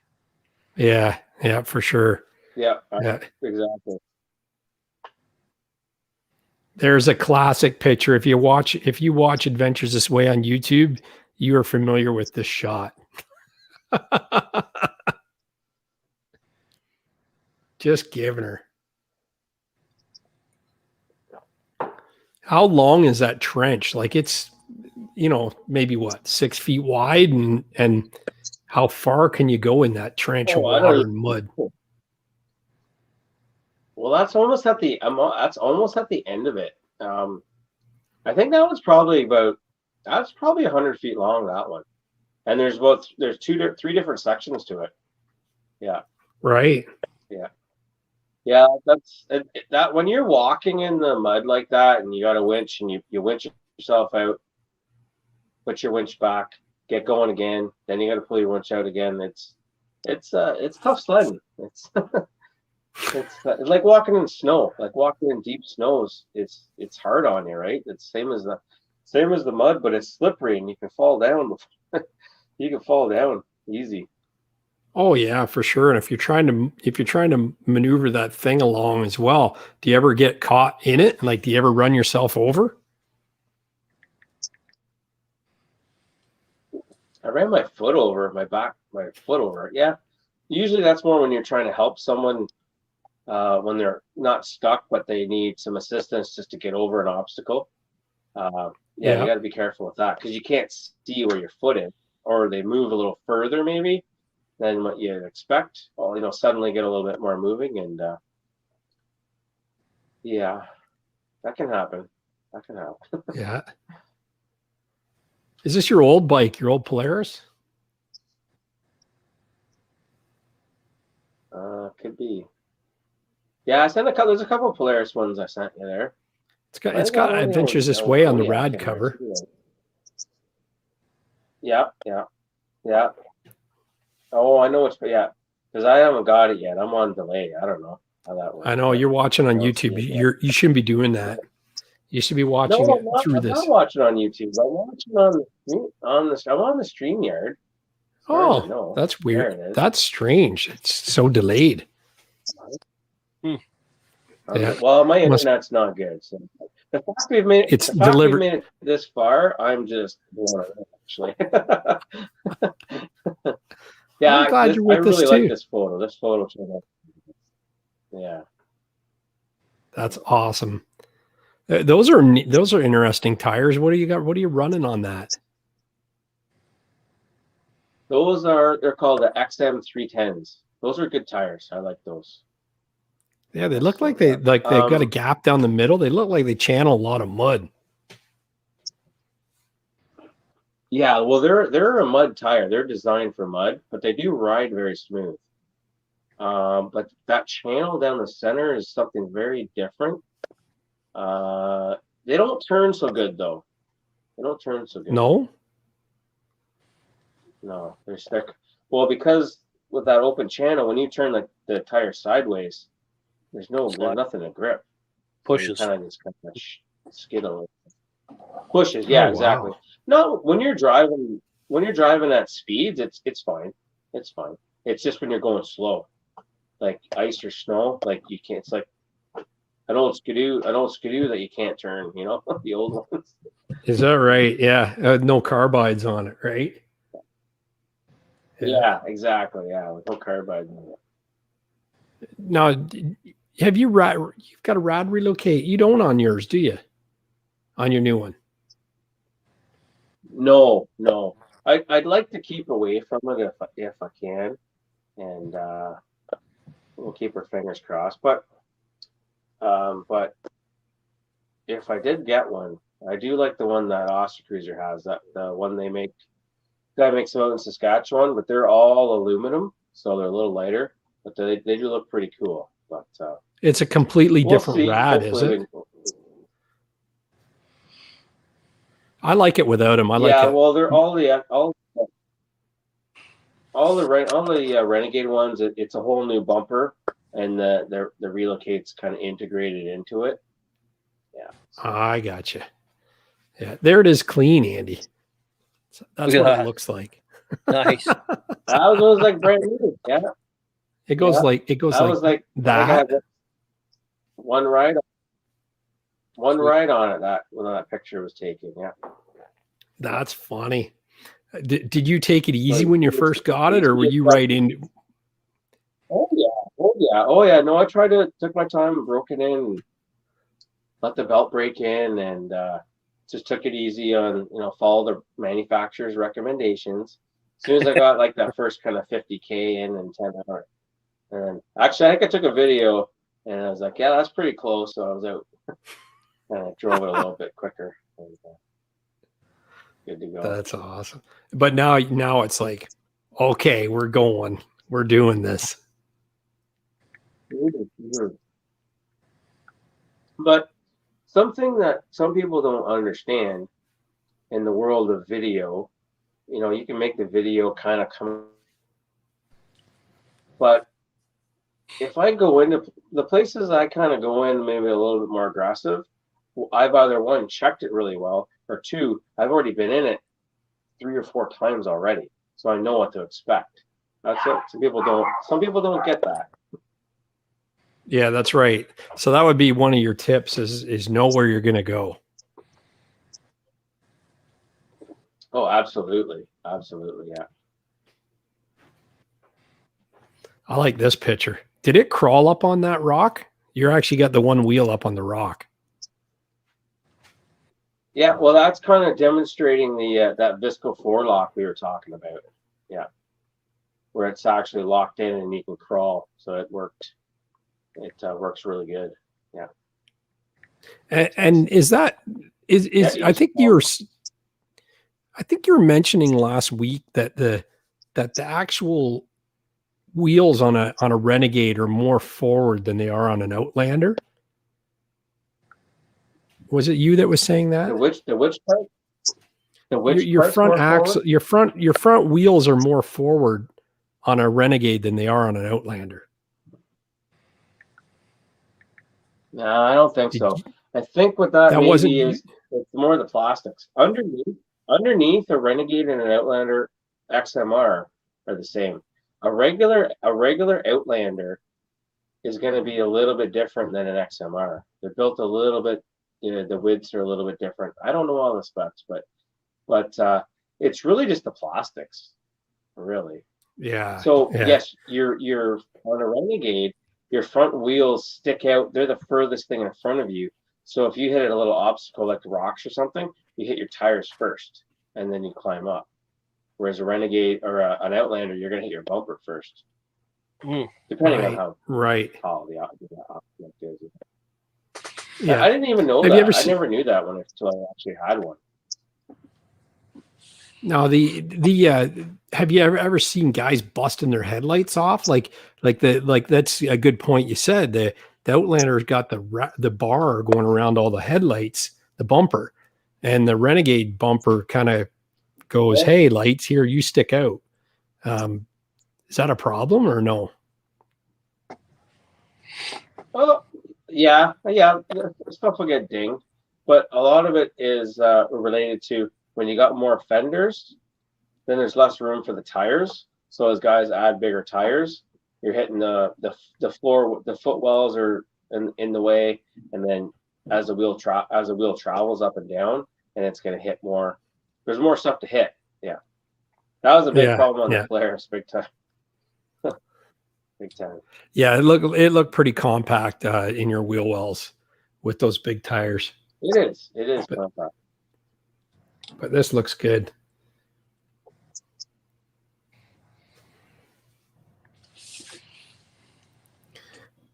Now, what is this Renegade on the left with the purple halos? Holy. That looks gnarly. Oh, that's Job's. That's Job from ATV. Yeah. Oh, yeah. He's got a YouTube channel. Yeah, he does. ATV, EHTV. Yeah. It's amazing. Yeah. EHTV. Yeah, ATV. Yeah, Job. Yeah, so he's from kind of my local area too, right? Yeah.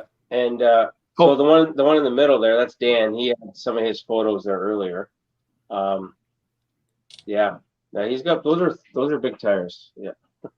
Oh, what a monster. And that thing's, and he's got that thing tuned. I think that's where he said the Visco lock is actually the governor's deleted when you actually tune it. And he put a tune on that thing, and it's a beast. He's got his tune, and he's got a dry knock system on that. He's only really used it a couple times though. Wow. Holy. Wow. So what kind of power would that thing be putting out when the nitrous is on? Yeah. You know what? That's not really in my wheelhouse. I don't really know. But what it does is usually, like, the general idea, I think that's a dry system. What the different I can't even talk about it. I would butcher it. But basically what it does is, you enrich the fuel, you give it more of it gives it talk about a boost, right? So you're going to get a boost of a few hundred RPM right instantaneously just to get you that launch. Get you into the power band, right? Oh yeah, right in the power band. Yeah. Yes, that's wild. Well, that's the thing. What's your feeling on power? Like this, is power one of the reasons your ATV goes so many places? Is it because those wheels are turning? Absolutely. Absolutely. Number one, the one thing is, what you're talking about is ground clearance. Just having the ground clearance will get you through so many things. But then when you get into denser material, or thicker mud and muskeg, you need that power to get the wheel speed to be able to get through. That's really what it boils down to. That's what I've been discovering. And like you say, an 850, whether it's a Polaris or a Polaris or a K&M, makes good power that is more than anybody really needs when you're trail riding, or because you honk, you squeeze the throttle and you got a lot there. But that 1000's got so much more jam. And it's the tunability of it, because it can make way more horsepower. Oh, for sure. It's insane. For sure. Yeah. Well, when you're talking that much weight too, you don't really think about it. And horsepower to power to weight ratio is huge, right? So along the drivetrain from the spline that spins the wheels back to the differential, where's the point of greatest weakness, I'll say? Because if you get into the mud or you get into that heavy clay and you're launching through there, that's always been kind of I've broken axles from jumping with the throttle on, probably too high. Yes. But where is like on these machines here, do you guys put different all different components on from the transmission out? See, that's an excellent question. Now, say the guys down like out west, like Saskatchewan, like the guys that hit the big skeg, like Ostercruiser, those guys, like once you get into a built motor, you're adding nitrous and all those kind of things. They do, some of those are upgraded, but honestly, the way Can-Am makes their rear drive shafts and the rear differentials, you're pretty good. Like they really are pretty solid. Everything's got a limit. I think it's and we talked about Job from ATV in that photo, and he said he's hardly replaced any axles on that. The Can-Am Renegade axles they're pretty beefy. Wow. Pretty beefy. The thing is when you upgrade and strengthen your axles, what breaks next? Yeah, right? Your transmission clutches. Exactly. So you got to have a sacrificial point somewhere along the line. I know the Polaris has had their drive shafts. They have a lot of issues with. Part of it's in the design, but again, you have to maintain your stuff and check it. The more extreme you ride it, the more you've got to be on it and checking it and making sure everything's greased. Keep saying everything's greased so that keep it from moving when it's not supposed to, right? But everything's gonna have limits. It's gonna wear. There's wear items. Replace the wear items before something goes wrong and they break. Yeah. Project Vengeance, he says, keep suspension stock and all stock parts are beefy with a capital beefy. I love it. That's awesome. That's a good fog shot. We'll let you catch up here. But just going I get the fans going. I can't hog the internet for too much longer here. I'll start hearing about it. No problem. I like that photo. So that's with my Polaris, and that's Keith from NOS ATVs. That's his Renegade. His is a beast. Nice. I subscribe to NOS ATVs as well. Yeah. Nice. I think something glitched here. I think on your volume or your audio. No, on the picture, on the photo. I don't know what happened to that one. Yeah, that one. We'll just skip through that one. This is called the hashtag snorkel me. There it is behind me.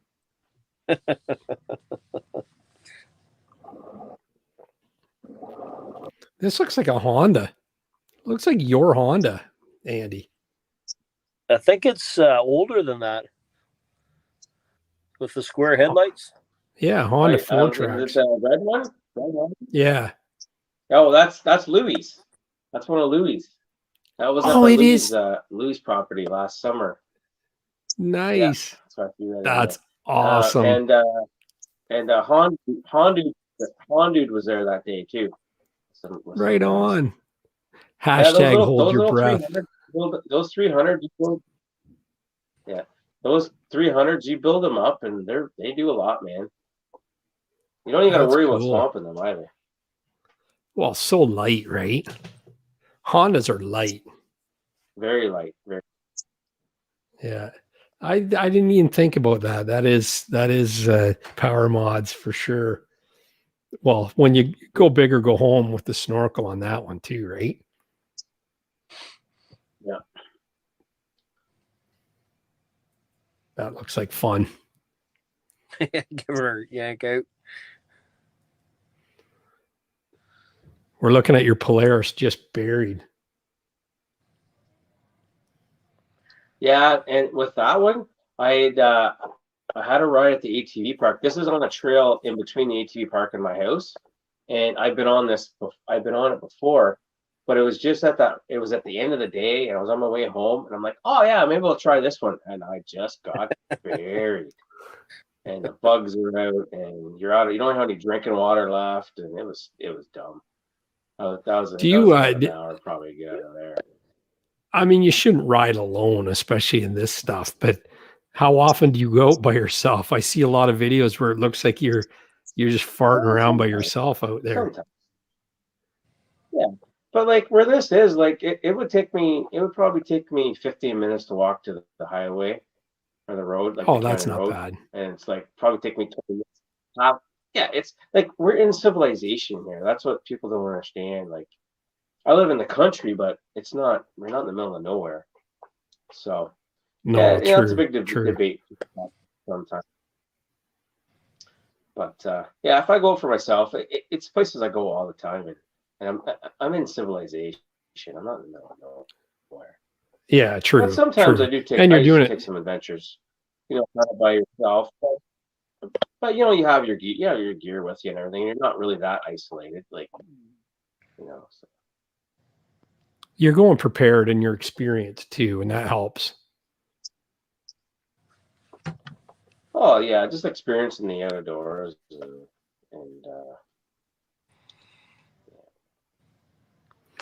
there we go. So this bike now, the guy. Sorry, go ahead, Gary. Nope, you go ahead. Okay, so this bike, this is a Polaris high lifter, and it's pretty custom. So his name's Scott, and he's a Polaris ambassador for snowmobiles. And I had him in some. Actually, the picture before that was that same day as this one, and he likes orange and yellow, or orange and blue, or yellow, orange and blue, as you can tell. And yeah, that's quite the machine he's got built up there. He's actually since got rid of that. Now he's got him. Yeah, well, his snowmobile is the same color scheme. Yeah, big time. Yeah, he doesn't have much room in those wheel wells. He doesn't have much. Sorry, he doesn't have much room in those wheel wells. Yeah, those are 34-inch tires. Yeah, they take up quite a bit of room. Yeah, but you don't get too much suspension travel with those. No. Is that right? Yeah. You kind of want suspension, don't you, when you're mudding? Like you want to be able to, like, if you hit anything in those.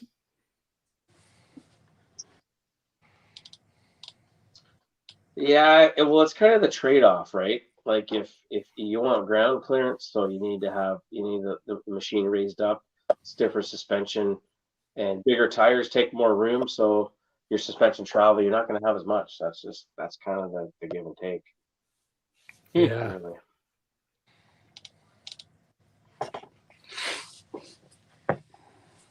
Got another Polaris here. Oh, two Polarises. Yours and someone else's. Oh, okay, yeah. So, yeah. So that's a Polaris high lifter, and that was my old bike. I put that one because that really shows the difference in tires there. So those are your cryptids. They're like 28 inches, and those are 32-inch assassinators, and you can just see the difference.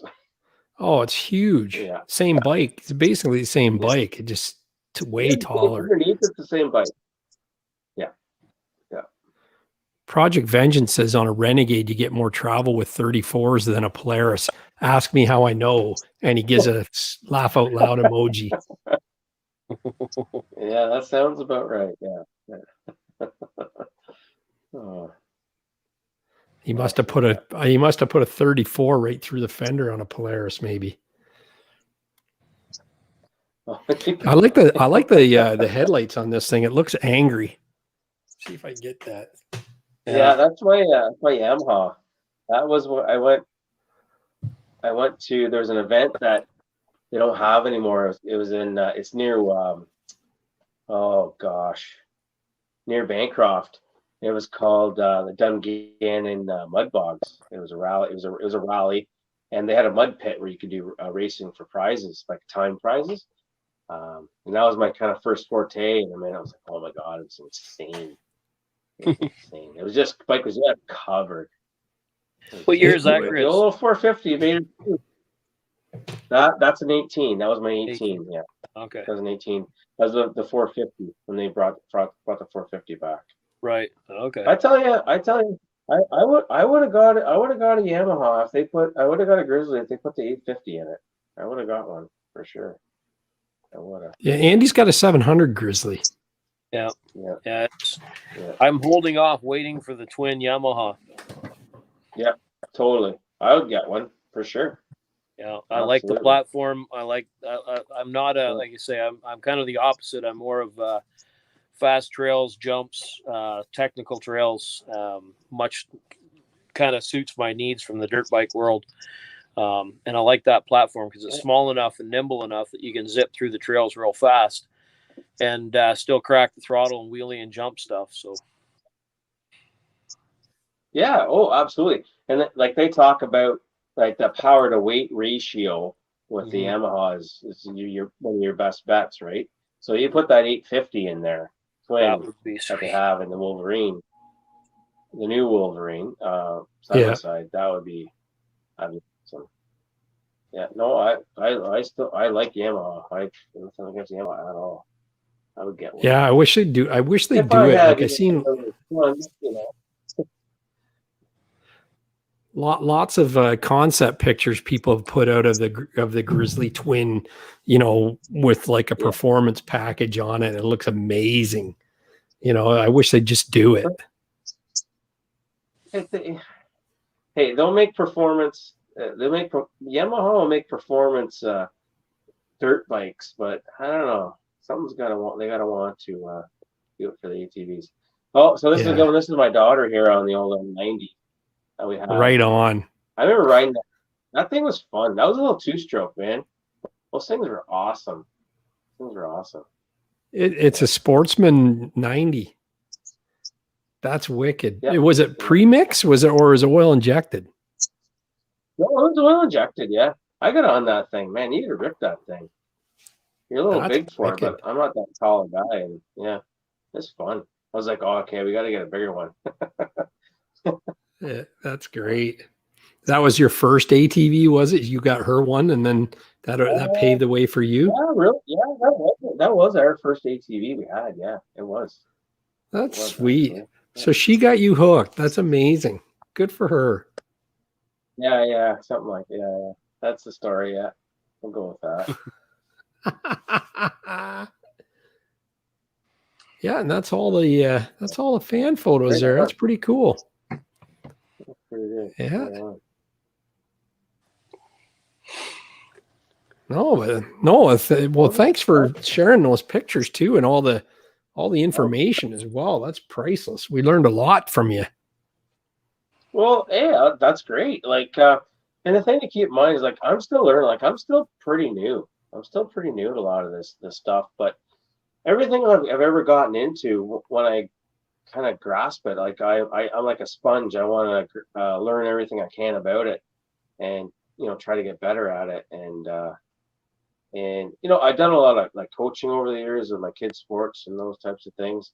And I think it's just a natural thing for me I want to like take whatever I learned and pass it on to other people, and because people are always asking, or like you said, people see something, they're like, wow, that looks so cool, I'd like to try to do that. And then you take your bike and you go, boom, and you get stuck, and you're like, Yeah, okay, well, how do I get out of this? How do you get out of this now? And you know how I figured some of that stuff out? You just, because that's what I did, and I had to figure it out all on my own. You know? Yeah. So, yeah. Oh, absolutely. Yeah, Rally Sports said he's always learning every day. Also learns from watching other ATV mudding videos, which is probably you're teaching a lot of people stuff, Don. I learned a lot. I learned a lot of stuff watching some of the early days of Jobin ATV when he had his small. He had a King Quad 450, and yeah, I learned a lot of it. You had to learn techniques with the smaller machines for sure. Yeah, absolutely. Well, and that's the thing. It's like it's nice. What do you think when people are starting out? Should they always start with a small machine like that and learn the ropes, or like I'm sure these guys that you see buying brand new ones, you know, you see them on Instagram picking up the brand new 1000, and they might not have ever owned anything before. Is that a wise choice, or does it matter with the way they're built today? No, but like you said, is what's someone's riding experience with any type of equipment? Too much horsepower, too much speed can be dangerous. We know that, right? You know, that's a tough one. Like, there's really no reason. Like, again, you got to match what machine. Like, what do I want my machine to do the most? Like, what's the most I'm going to use it for? The main job I want it to do. Do I want to do, trail riding and hunting and do some stuff? Then, you know, buy that accordingly. But if you want to try to get more extreme off trail, then get like a 570 Renegade, or get like a, something like that. Like, it's not super powerful, but it's capable, and you can do some, modifications to it, and it still looks like the other ones, and get you started, right? That would be a way to go. But when you buy something, which we kind of talked about earlier, you buy a machine and then you do all the modifications to it, you're spending way more money, and it's still not going to be the same. But at the end of the day, exactly, mighty dollar, right? What, price versus cost. That's a big thing back in the old sales world, right? Yeah, that's right.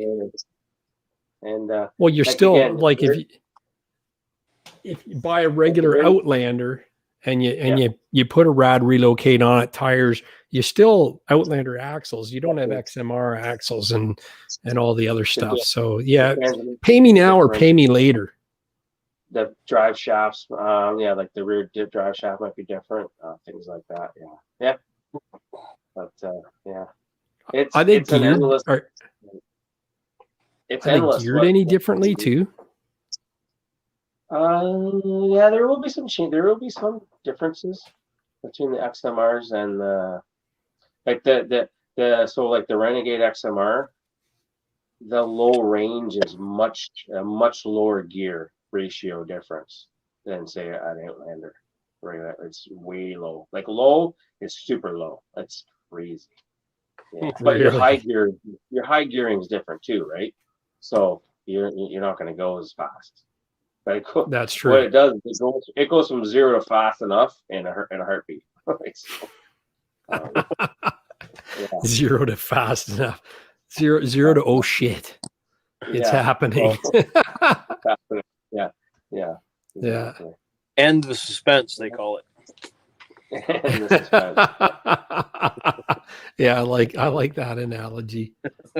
That's great.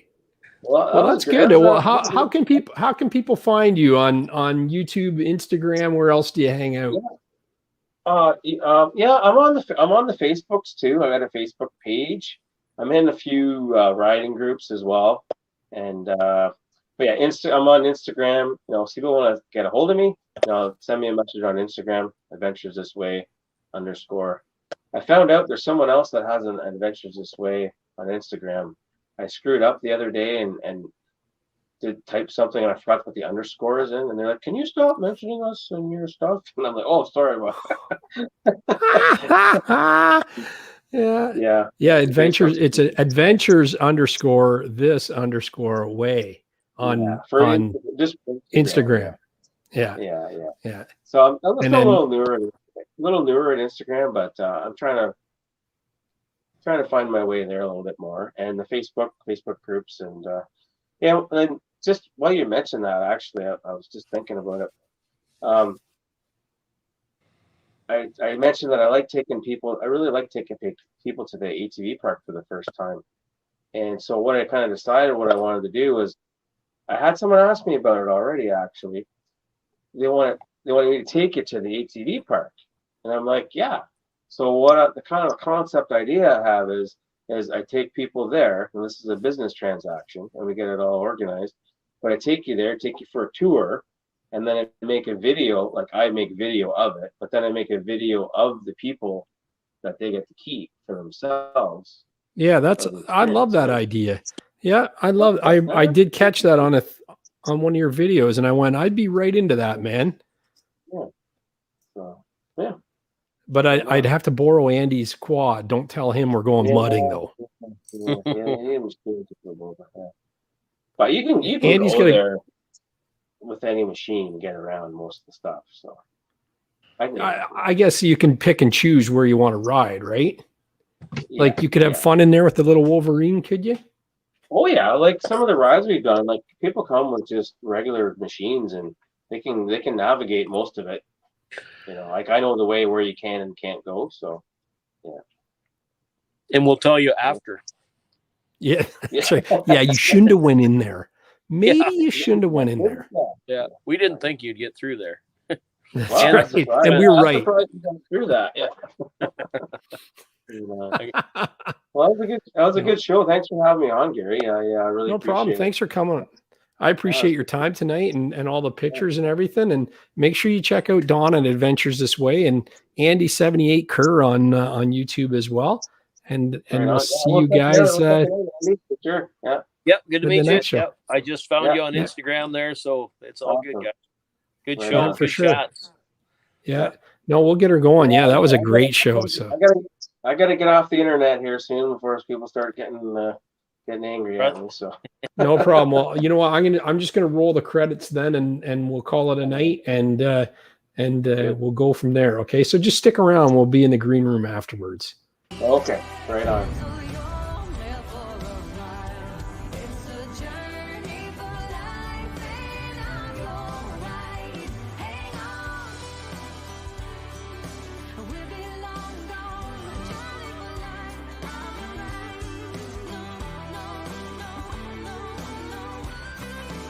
It's a journey.